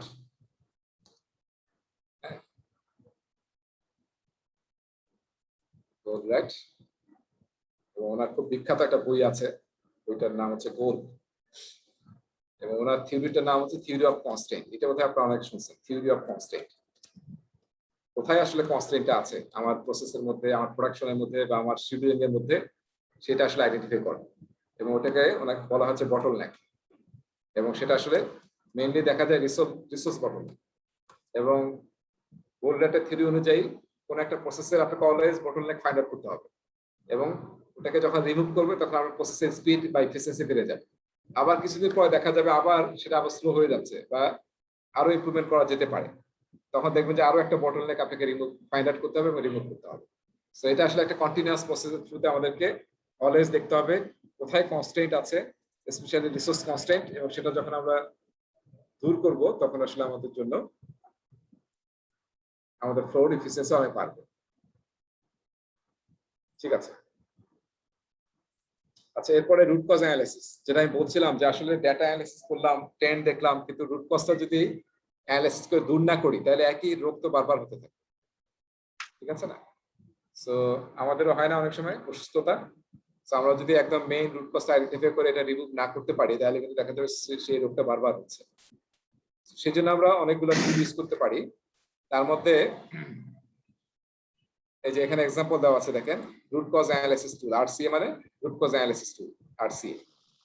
তার মধ্যে একটা হচ্ছে failure modes and effects analysis. হ্যাঁ, এটা কিন্তু একটা টেকনিক, যে টেকনিকে আসলে আপনি বের করতে পারবেন রুট কজ। এর অনেকগুলো স্টেপস আছে, একটু সার্চ দিলে দিয়ে সার্চ দিলে আপনি পাবেন। হ্যাঁ, বিভিন্ন জায়গায় ইউজ হয় এটা, প্রসেস এবং প্রসেসের এরর বা কেন আসলে প্রোডাকশন খারাপ হচ্ছে, ম্যানুফ্যাকচারিং খারাপ হচ্ছে, এগুলো আইডেন্টিফাই করার জন্য। ফেইলিউর মোড মানে হচ্ছে স্টেপস গুলো মোটামুটি এরকম যে আসলে আপনি যে প্রসেসটা অ্যানালাইসিস করতে চান, দেখতে হবে যে সেই প্রসেসটা কি কারণে ফেল হতে পারে, সেই কারণগুলো আইডেন্টিফাই করা, সেটা হচ্ছে ফেইলিউর মোডস। আইডেন্টিফাই করা যে আপনার কি কি কারণে ফেল হতে পারে। তারপরে এখন দেখবেন যে প্রতিটা ফেইলের কারণে কি ধরনের ইফেক্ট হতে পারে, সেটাকে বলা হচ্ছে ইফেক্ট অ্যানালাইসিস। এবং সেটাকে বলা অনেক সময় রিস্ক অ্যানালাইসিস, যে একটা প্রতিটার কারণে ইম্প্যাক্টটা কি হচ্ছে। তারপরে আপনি এখন ফাইন্ড আউট করবেন যে সলিউশনটা কি হবে।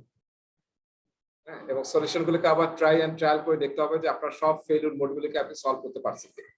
এইভাবে আসলে এটা স্টেপ বাই স্টেপ আপনাকে FEFMEA দিয়ে টেকনিক দিয়ে আপনাকে সলভ করতে হবে। তো এটা নিয়ে আসলে বেশি কথা পিএমবকে বলা ছিল না, কিন্তু আপনারা একটু করতে চাইলে জাস্ট এটা দিয়ে সার্চ দিলে দেখবেন যে এই যে স্টেপস গুলো বলা আছে। আর পিএমবকে একটা ফিগার আছে, ফিশবোন নিয়ে আলোচনা আছে, প্যারেটো চার্ট নিয়ে আলোচনা আছে, স্ক্যাটার ডায়াগ্রাম নিয়ে আলোচনা আছে, সেটা আমাদের সামনের ফিগারও আছে। Let's see. এই প্রতিটাই কিন্তু পরীক্ষার জন্য খুবই ইম্পর্টেন্ট। মানে আপনার FEMA এটা থেকে একটা প্রশ্ন আসতে পারে, ফিশবোন ডায়াগ্রাম থেকে প্রশ্ন আসতে পারে, প্যারেটো চার্ট, স্ক্যাটার ডায়াগ্রাম, সব থেকে একটা করে প্রশ্ন আসতে পারে। এবং সবগুলো কি দেখছি আমরা, রুট কজ অ্যানালিসিস টুল, এটা মনে রাখতে হবে। সিম্পল মাল্টিপল রেসপন্স প্রশ্ন আসতে পারে যে রুট কজ অ্যানালিসিস টুল হিসেবে আমরা কি কি ইউজ করতে পারি। তখন হয়তো এরকম অনেক এক্সাম্পল থাকলো, আপনাকে টিক দিতে হবে যে কোন 3টা বা 2টা বা 4টা হচ্ছে রুট কজ অ্যানালিসিস টুল।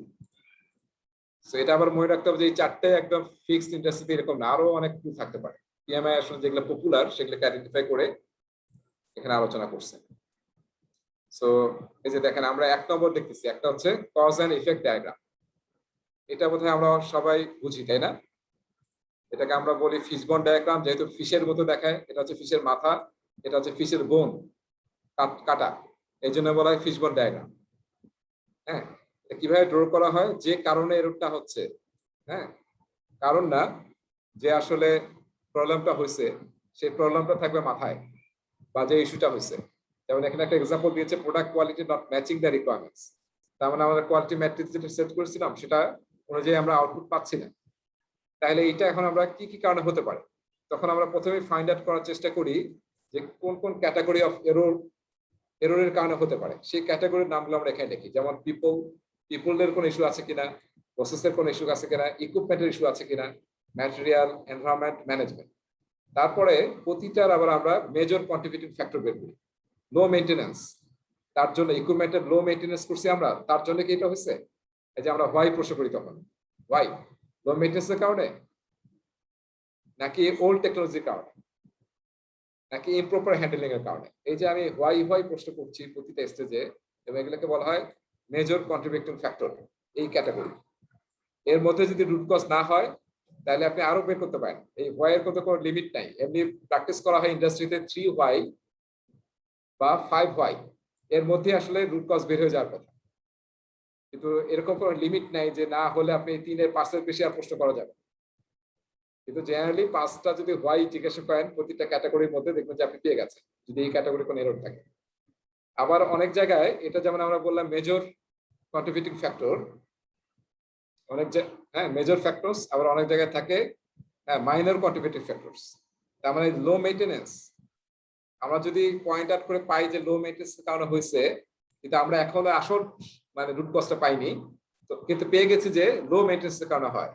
এখন আমরা আরো এটার আবার প্রশ্ন করতে পারি এবং সেটাকে এইভাবে প্রেজেন্ট করতে পারি যে লো মেনটেনেন্স কেন হলো, কারণ কি, মানে আমরা কি শিডিউল করি নাই মেনটেনেন্সের, নাকি আমরা আমাদের যে রিসোর্স এটা দেখে সে ট্রেন না, নাকি যে রিসোর্সটাই কাজ করে সে আসলে অসুস্থ ছিল।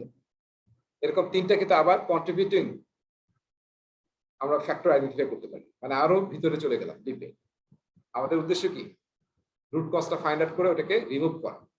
যদি রিমুভ করতে পারি তাহলে আমাদের যে প্রবলেমটা হচ্ছে এটা আর হবে না, আর না হলে কিন্তু একই কোয়ালিটি ইস্যু বারবার হতে থাকবে।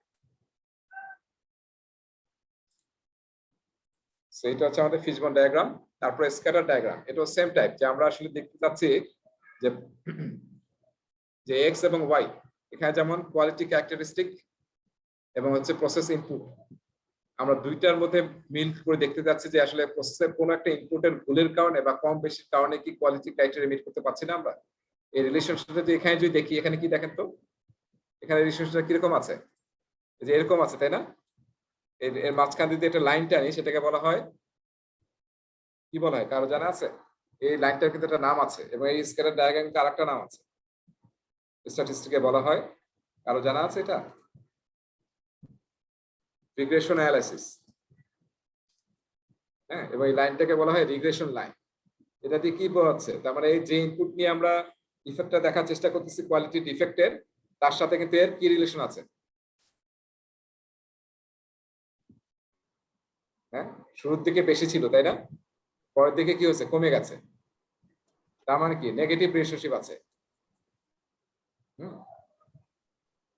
এরকম রিলেশনশিপ যে বের করছি আমরা, সেটা হচ্ছে স্ক্যাটার ডায়াগ্রাম। আবার যদি উল্টা হয়, তার মানে কি ওই এক্স যত বাড়বে তার মানে ওয়াইও তত বাড়ছে, তাহলে এটা পজিটিভ কোরিলেশন আছে। এটাকে অনেক সময় কিন্তু কোরিলেশন বলা হয়, কোরিলেশনও কিন্তু বলা হয় স্ট্যাটিস্টিকে।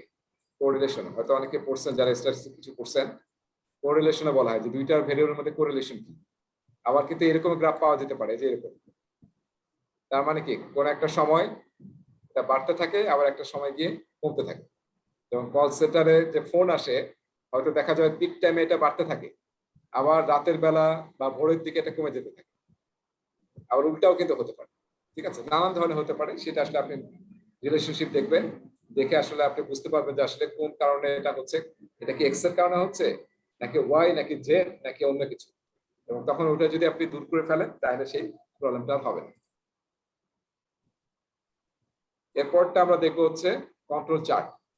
এটাও খুবই চমৎকার একটা টুল, যেটা ইউজ করা হয়। কেন ইউজ করা হয়? Determine the predictability, behaviour and stability of a process over time. টাইমের সাথে সাথে আমরা যে প্রসেস ফলো করতেছি তার আউটপুট দেখে আমরা মেজার করার চেষ্টা করতেছি প্রসেসটা আসলে কতটুকু স্টেবল আছে, এবং আমরা ফিউচার বিহেভিয়ার এখান থেকে আইডেন্টিফাই করতে পারি, প্রেডিক্ট করতে পারি যে এটা ঠিক আছে কিনা। গ্রাফটা দেখছেন না, হার্টের ইয়ার মতো তাই না, হার্টের যে আমরা গ্রাফ দেখি সেটা কিন্তু আমরা দেখে বুঝতে পারি যে পেশেন্টটা ঠিক আছে কিনা। এটা দেখে আসলে আমরা বুঝতে পারি প্রসেসটা ঠিক আছে কিনা। সো এই কন্ট্রোল চার্টটা কিভাবে ড্র করা হয় দেখেন, সেটা হচ্ছে যে কাস্টমার ধরেন বলেছে যে আমি একটা প্রোডাক্ট অর্ডার দিয়েছে কাস্টমার, যেখানে বলেছে যে 8 থেকে 10 গ্রামের মধ্যে যদি প্রোডাক্টটার ওয়েট হয় তাহলে আমি অ্যাকসেপ্ট করব। ঠিক আছে, তাহলে কাস্টমারের স্পেসিফিক লিমিট কি, পজিটিভ হচ্ছে 10 আর নেগেটিভ হচ্ছে কম হলে 8। এটা হচ্ছে কাস্টমারের আপার লিমিট, এটাকে বলা হয় CSL, customer upper limit, customer upper specific limit. দেখবেন স্টুডেন্ট ম্যানুয়ালি ডিটেইল আছে, কয়েকটা ফিগার আছে এখানে। আর নিচেরটাকে বলা হয় কাস্টমার লোয়ার স্পেসিফিক লিমিট। এখানে ফর এক্সাম্পল 8 গ্রাম, আমরা কি করি, এর মাঝখানে একটা লাইন ড্র করি যেটাকে বলা হয় সেন্টার লাইন। এখানে সিম্পলি সেন্টার লাইন বলা হয়েছে, কিন্তু আসলে এটা বের করা হয় মিন। এই দুইটার মিন বের করা হয়, বা আপনি যে ডেটাগুলো নিয়ে কাজ করতেছেন সব ডাটার মিন বের করা হয়, সেই মিনটা হচ্ছে মাঝখানে লাইনটা। এরপরে আমরা কি করি, আমরা আসলে কাস্টমারের স্পেসিফিকেশন এইটা, এর রেট দুইটা, তার মানে এর বাইরে যদি একটাও যায়, যেমন এখানে একটা গেছে, তাহলে কি হবে, ওইটা একটা পয়েন্ট যদি এই রেড লাইনের বাইরে চলে যায় উপরে বা নিচে, তাহলে কি হবে, আউট অফ কন্ট্রোল। হ্যাঁ, আউট অফ কন্ট্রোল, এবং এটা কাস্টমার কিন্তু অ্যাকসেপ্ট করবে না, যেহেতু কাস্টমারের এটা স্পেসিফিকেশনের বাইরে। এখন আমরা আমাদের প্রোডাক্টিভ মানে প্রসেসের কমপ্লায়েন্স এবং যাতে আমাদের রিওয়ার্ক এবং স্ক্র্যাপ কম হয়, আমরা কি করি, আমরা এই মেইন থেকে এমন একটা জায়গায় আমাদের একটা লিমিট সেট করি, যেমন এখানে সেট করা আছে কন্ট্রোল লিমিট। হ্যাঁ, এটাকে বলা হয় আপার কন্ট্রোল লিমিট, আর এটাকে বলা হচ্ছে লোয়ার কন্ট্রোল লিমিট। আগে একটা ছিল কাস্টমার আপার স্পেসিফিকেশন, আর একটা ছিল কাস্টমার লোয়ার স্পেসিফিকেশন। আর আমরা এটা আমাদের জন্য বানালাম এটা। আমরা চাবো যে আমাদের প্রোডাকশন যেটা করছি আমরা সেটা যাতে এর মধ্যে থাকে। তাহলে কি হবে, আমরা যদি এটা ফোকাস করে তৈরি করি তাহলে কিন্তু একটাও কিন্তু কাস্টমার স্পেসিফিকেশন লিমিট এক্সিড করবে না। ইভেন আমি যদি এখানেও পাই তাও কোনো সমস্যা কিন্তু নাই, কারণ এটা পুরাটাই কাস্টমার স্পেসিফিকেশনের আন্ডারে আছে। সো এই যে কন্ট্রোল লিমিট, এটা আমাদের নিজেদের control limit, upper control limit, lower control limit. এবং এটা কিন্তু মানে এমনি নরমালি করা হয় না, কি করা হয়, এটা মিন বের করে যেমন করা হয়। আর এটা এই কন্ট্রোল লিমিটটা ইন্ডাস্ট্রি প্র্যাকটিস হচ্ছে 3 সিগমা। তার মানে আপনি যে ডাটাগুলো নিয়ে অ্যানালাইসিস করছেন তার আপনি মিন বের করবেন, আবার তার আবার স্ট্যান্ডার্ড ডেভিয়েশন বের করবেন করে। এটা হচ্ছে একটু হচ্ছে পজিটিভ 3 সিগমা, এটা হচ্ছে নেগেটিভ 3 সিগমা, ঠিক আছে। এবং আপনার এর মধ্যে আসলে চেষ্টা করতে হবে যাতে আপনার প্রোডাকশন এবং যে আপনি ডেলিভারেবল বা আউটপুট তৈরি করতেছেন ডাটাগুলো যাতে এর মধ্যে থাকে। আর কোনটা যদি এর বাইরে চলে যায় তাহলে কি হবে, এই যে বললো রাজু ভাই বলল যে আউট অফ কন্ট্রোল হয়ে যাবে এবং এটা কাস্টমার অ্যাকসেপ্ট করবে। আর আরেকটা ইন্টারেস্টিং জিনিস আছে, সেটা হচ্ছে যদি আমরা এইরকম দেখি যে 7টা পরপর 7টা ডাটা মিনের হয় একদিকে আছে, এরকম একদিকে আছে আর কি, এর উপরে যায় নাই, কিন্তু একই দিকে টানা 7টা ডাটা আছে, তার মানে কি এটা কি একটা মানে গুড কন্ডিশন নাকি ব্যাড কন্ডিশন, বা কোনো ওয়ার্নিং কি আছে এখানে? নরমালি কি হবে, সাইন ওয়েভ টাইপ হবে, তাই না? একবার উপরে যাবে একবার নিচে যাবে, দ্যাট ইজ নরমাল। আমরা যেমন হার্টের ইয়াটা দেখি আপ ডাউন হচ্ছে। কিন্তু যদি একদিকেই হতে থাকে দ্যাট মিনস কি কোন একটা অ্যালার্ম বা ওয়ার্নিং আছে, প্রসেসে কোনো একটা গোলমাল হচ্ছে, আমরা যে প্রেডিক্ট করতে পারছি তখন সেটাকে বলা হয় কি বলা হয়, রুল অফ 7। হ্যাঁ, রুল অফ 7 বলা হয়। এরকম যদি কোথাও দেখেন যেটা কাস্টমার লিমিটের মধ্যে যায় নাই, আমাদের মধ্যেই আছে, আমাদের লিমিটের মধ্যেও আছে, কিন্তু সামহাও 7টা ডাটা হয় উপরে কিংবা নিচে, তাহলে এটাকে বলা হয় রুল অফ 7। মানে হচ্ছে কোন একটা ওয়ার্নিং চলে আসতেছে, আপনাকে এখন কোন একটা অ্যাকশন নিতে হবে, নাহলে কিন্তু সামনে গিয়ে এটা হয়তো কাস্টমার লিমিটকে এক্সিড করে যাবে, যেটার জন্য আপনাকে রিভার্ক বা স্ক্যাপ হবে। সো এটাকে বলা হয় রুল অফ 7 কন্ট্রোল লিমিটের মধ্যে, কন্ট্রোল চার্ট। সো আরো দেখবেন কিছু কথা স্টুডেন্ট ম্যানুয়ালে আছে, আপনারা একটু ভালো মতো পড়ে নেবেন। এখান থেকে কিন্তু অবশ্যই একটা বা দুইটা প্রশ্ন কিন্তু আসবে কন্ট্রোল চার্ট থেকে। মাস্ট। আচ্ছা, লাস্টেরটা দেখি আমরা Pareto chart. Pareto chart, Pareto chart আমরা কে কে এখানে জানি যে একটা রুল আছে 80-20 রুল। মানে কি 80-20 রুল মানে? 80% প্রবলেমের কারণে 20% সলিউশন করলে সলভ হবে। তার মানে আসলে 20% হ্যাঁ প্রবলেমের কারণে, সমস্যার কারণে 80% ইফেক্ট হয় আর কি। সো এই 20% প্রবলেমকে যদি আপনি সলভ করতে পারেন তাহলে আসলে 80% সলভ হয়ে যাবে। সলভ হয়ে যাবে। তো এই 80-20 রোল কিন্তু আলফ্রেড প্যারেটো, তার নামে আসলে প্যারেটো চার্ট বলে এটাকে। আলফ্রেড প্যারেটো যিনি ইটালিয়ান একজন ভদ্রলোক ছিলেন, ইকোনমিস্ট। উনি আসলে প্রথম এই আইডিয়াটা থিওরিটা দিয়েছিলেন যে ইতালির সমস্ত ওয়েলথের 80% ওয়েলথ আছে 20% লোকের হাতে। উনি এই রুলটা বলছেন ইকোনমিক পার্সপেক্টিভে, কিন্তু এইটা আসলে এখন এত ইউজ হয়, আমরা এটা সব জায়গায় ইউজ করি। ইভেন আপনারা যদি আপনাদের অফিসের দিকে তাকান, আপনাদের অফিসে 80% স্যালারি, ধরেন আপনার অফিসের টোটাল স্যালারি হচ্ছে 5 কোটি টাকা, তার মধ্যে দেখবেন 80% স্যালারি নিয়ে যাচ্ছে 20% পিপুল, আর বাকি 80% পিপুল 20% স্যালারি নেয়। ঠিক আছে, আমাদের লাইফের 80% টাইম আমরা ইউজ করি আমাদের 20% ক্লোজ ফ্রেন্ডের সাথে, আর বাকি 20% টাইম আমরা ইউজ করি অন্য ফ্রেন্ডের সাথে, তাই না? সো 80-20 রুল কিন্তু সব জায়গায় অ্যাপ্রোপ্রিয়েট। এবং আমরা যখন ওই যে প্রায়োরিটাইজ করবো তখন কিন্তু 80-20 রুল ইউজ করতে পারি as well as a prioritization. আর একটা টপ 20 খুঁজে বের করতে হবে যেটা আমাদের সবচেয়ে বেশি ইম্পর্টেন্ট কাস্টমারের জন্য। সো এই হিস্টোগ্রামে এই প্যারেটো চার্ট কিন্তু ওয়ান কাইন্ড অফ হিস্টোগ্রাম, এটা একটু মনে রাখতে হবে। Pareto diagram is one kind of histogram, যেটা আমি আপনাদের দেখাইছিলাম বার চার্ট, কিন্তু পার্থক্য হচ্ছে এটা ড্র করা হয় সবচেয়ে কি হাইয়েস্ট থেকে লোয়েস্টের দিকে। এটা আসলে সবচেয়ে হাই। এখানে কি দেওয়া হচ্ছে দেখেন, রেস্টুরেন্ট কমপ্লেইন, এটা হচ্ছে নাম্বার অফ কমপ্লেইন। এই ওভার প্রাইস, এটার কমপ্লেইন সবচেয়ে বেশি। তারপর সেকেন্ড হাই হচ্ছে এটা, থার্ড হাই হচ্ছে এটা। এইভাবে বেশি থেকে নিচের দিকে আমরা যাচ্ছি।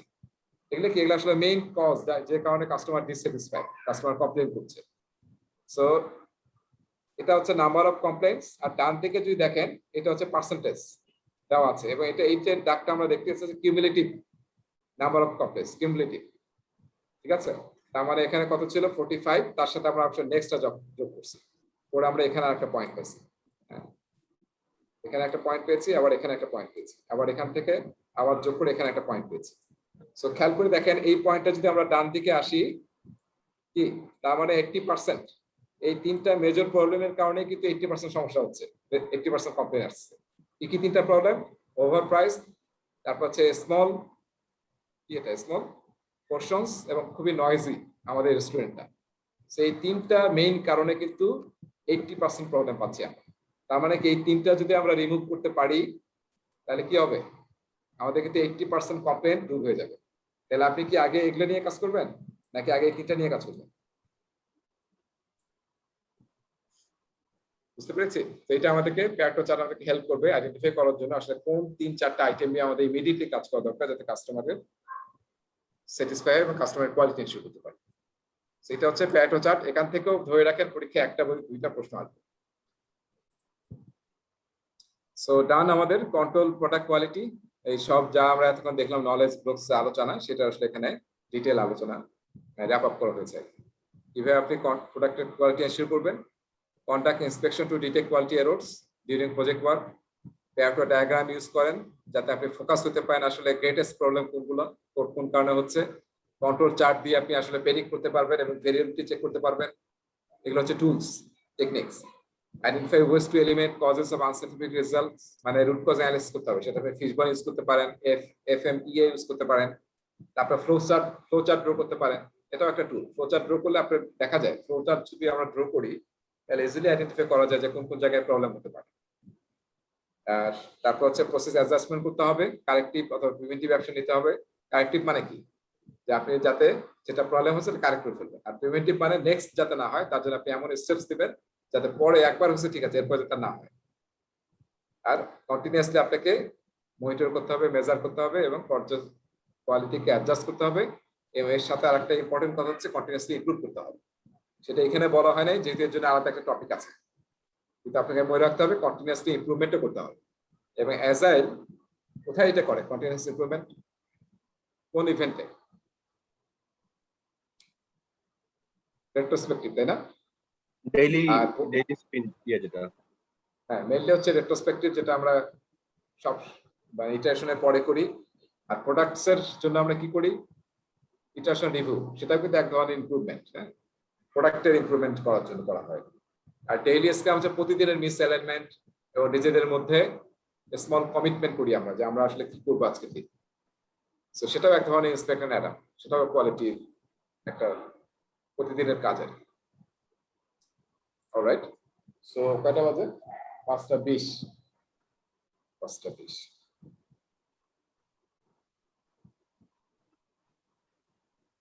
আমি কি কন্টিনিউ করবো নাকি একটু 5 মিনিট ব্রেক নেবো?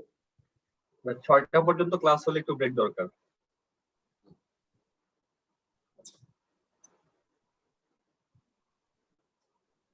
ওকে, তাহলে আমরা মনে হচ্ছে একটু ব্রেকে যাই, যদিও 5:20 বলতে গেছে, আমরা 5 মিনিট একটা ব্রেকে যাই। এরপর এসে আসলে আমরা প্রকিউরমেন্ট চ্যাপ্টার পড়বো। এই টপিকটা লাস্টে পড়াবো আমি, ইন্টিগ্রেট প্রজেক্ট প্ল্যানিং অ্যাক্টিভিটিস। এই লেসনটা শেষ হয়ে গেলে তারপর আমি লাস্টে এই টপিকটা পড়াবো। তাহলে আমরা একটা 5 মিনিটের ব্রেকে যাচ্ছি, তারপর এসে প্রকিউরমেন্ট নিয়ে আলোচনা করবো, প্রকিউরমেন্ট চ্যাপ্টার। ওকে, সবাই চলে আসছি? জি ভাই। আচ্ছা, ঠিক আছে। এখন আমরা যে টপিকটা পড়বো সেটা হচ্ছে প্রকিউরমেন্ট ম্যানেজমেন্ট। আমার একটু জানা দরকার, এখানে প্রকিউরমেন্টের এক্সপেরিয়েন্স আছে আপনাদের? প্রকিউরমেন্ট করা বা অ্যাজ এ ভেন্ডর সাপ্লায়ার হিসেবে কাজ করা? তানভীর তো আছে মনে হয় না, এরিকসনে। কিন্তু আপনি কোনো বায়ার সাইডে ছিলেন? বায়ার সাইডে যে আপনি কিছু প্রকিউর করেছেন?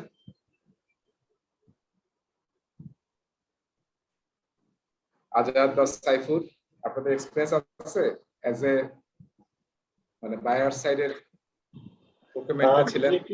ডিরেক্টলি ইনভলভ ছিলাম না, বাট হচ্ছে দেখেছি। আচ্ছা, তো ইয়ার কি অবস্থা, রাজু ভাইয়ের কি অবস্থা প্রকুরমেন্টের? জি ভাইয়া একটু বুঝি ভাইয়া, ইনভলভ ছিলাম একটু আচ্ছা, বিডিং। সো প্রকুরমেন্ট চ্যাপ্টারটা, হ্যাঁ বিডিং টিডিং এগুলো অনেক কাহিনী আছে, কিন্তু এটা ইন্টারেস্টিং প্রকুরমেন্ট চ্যাপ্টারটা। প্রকুরমেন্ট আগে ইনভলভ হয়ে থাকেন, আর যারা জানি না তাদের জন্য আসলে একটু বেশি পড়তে হবে, কারণ প্রকিউরমেন্টটা একটা খুবই ইম্পর্টেন্ট জিনিস প্রজেক্ট ম্যানেজমেন্টে। এবং সেটা অনেক মানে প্রকিউরমেন্টের এখানে যত আলোচনা করলাম তার মধ্যে সবচেয়ে ফর্মাল যদি কোনো নলেজ এরিয়া থাকে বা হ্যাঁ কাজ থাকে সেটা হচ্ছে প্রকিউরমেন্ট। এখানে কোনো ইনফর্মালের কোনো সুযোগ নাই, ঠিক আছে? সো দেখেন এখানে অনেক কিছু শিখবো আমরা, যারা জানি না তাদের জন্য অনেক সুন্দর শেখা হবে। হ্যাঁ হ্যাঁ কিছু বললেন? জি ভাইয়া আরএফকিউ আর আরএফপি এই দুটো একটু হাইলাইট করেন, আমার একটু মাঝে মাঝে গোলাই ফেলি আমি।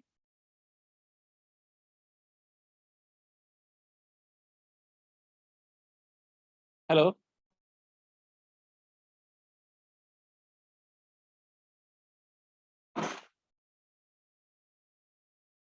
হচ্ছে না?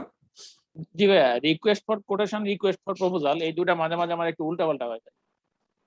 আচ্ছা আচ্ছা ঠিক আছে, তাহলে আমরা আলোচনা করব। যদি টপিক যেহেতু নাই আমি ভুলে যেতে পারি, তাহলে আপনি একটু আবার লাস্টে মনে করে দিয়েন। আচ্ছা এটা কি তাহলে এখানে দেখেন নেই? প্ল্যান এন্ড, না এখানে নাই, এই যে প্রেজেন্টেশন স্লাইডে নাই। স্টুডেন্ট ম্যানুয়ালে আছে কিনা এটা মনে করতে পারছি না, মনে হয় আছে কিনা সন্দেহ। পিএম বকে আছে কিন্তু স্টুডেন্ট ম্যানুয়ালে নাই। দেখেন রাজু ভাই যে প্রশ্নটা করছে, ডকুমেন্টে কয়েকটা ডকুমেন্ট ইউজ করি আমরা, কয়েক ধরনের ডকুমেন্ট। হ্যাঁ তার মধ্যে সবাই অনেকে হয়তো জানি, আমরা দেখি নাই ইউআই, এক্সপ্রেশন অফ ইন্টারেস্ট, দেখেছি? নাম শুনছে না? এক্সপ্রেশন অফ ইন্টারেস্ট অনেক সময় টেন্ডারের পেপারে আসে যে এক্সপ্রেশন ইন্টারেস্ট চাওয়া হচ্ছে। তারপরে একটা হচ্ছে এই যে টেন্ডারে আসে না, আর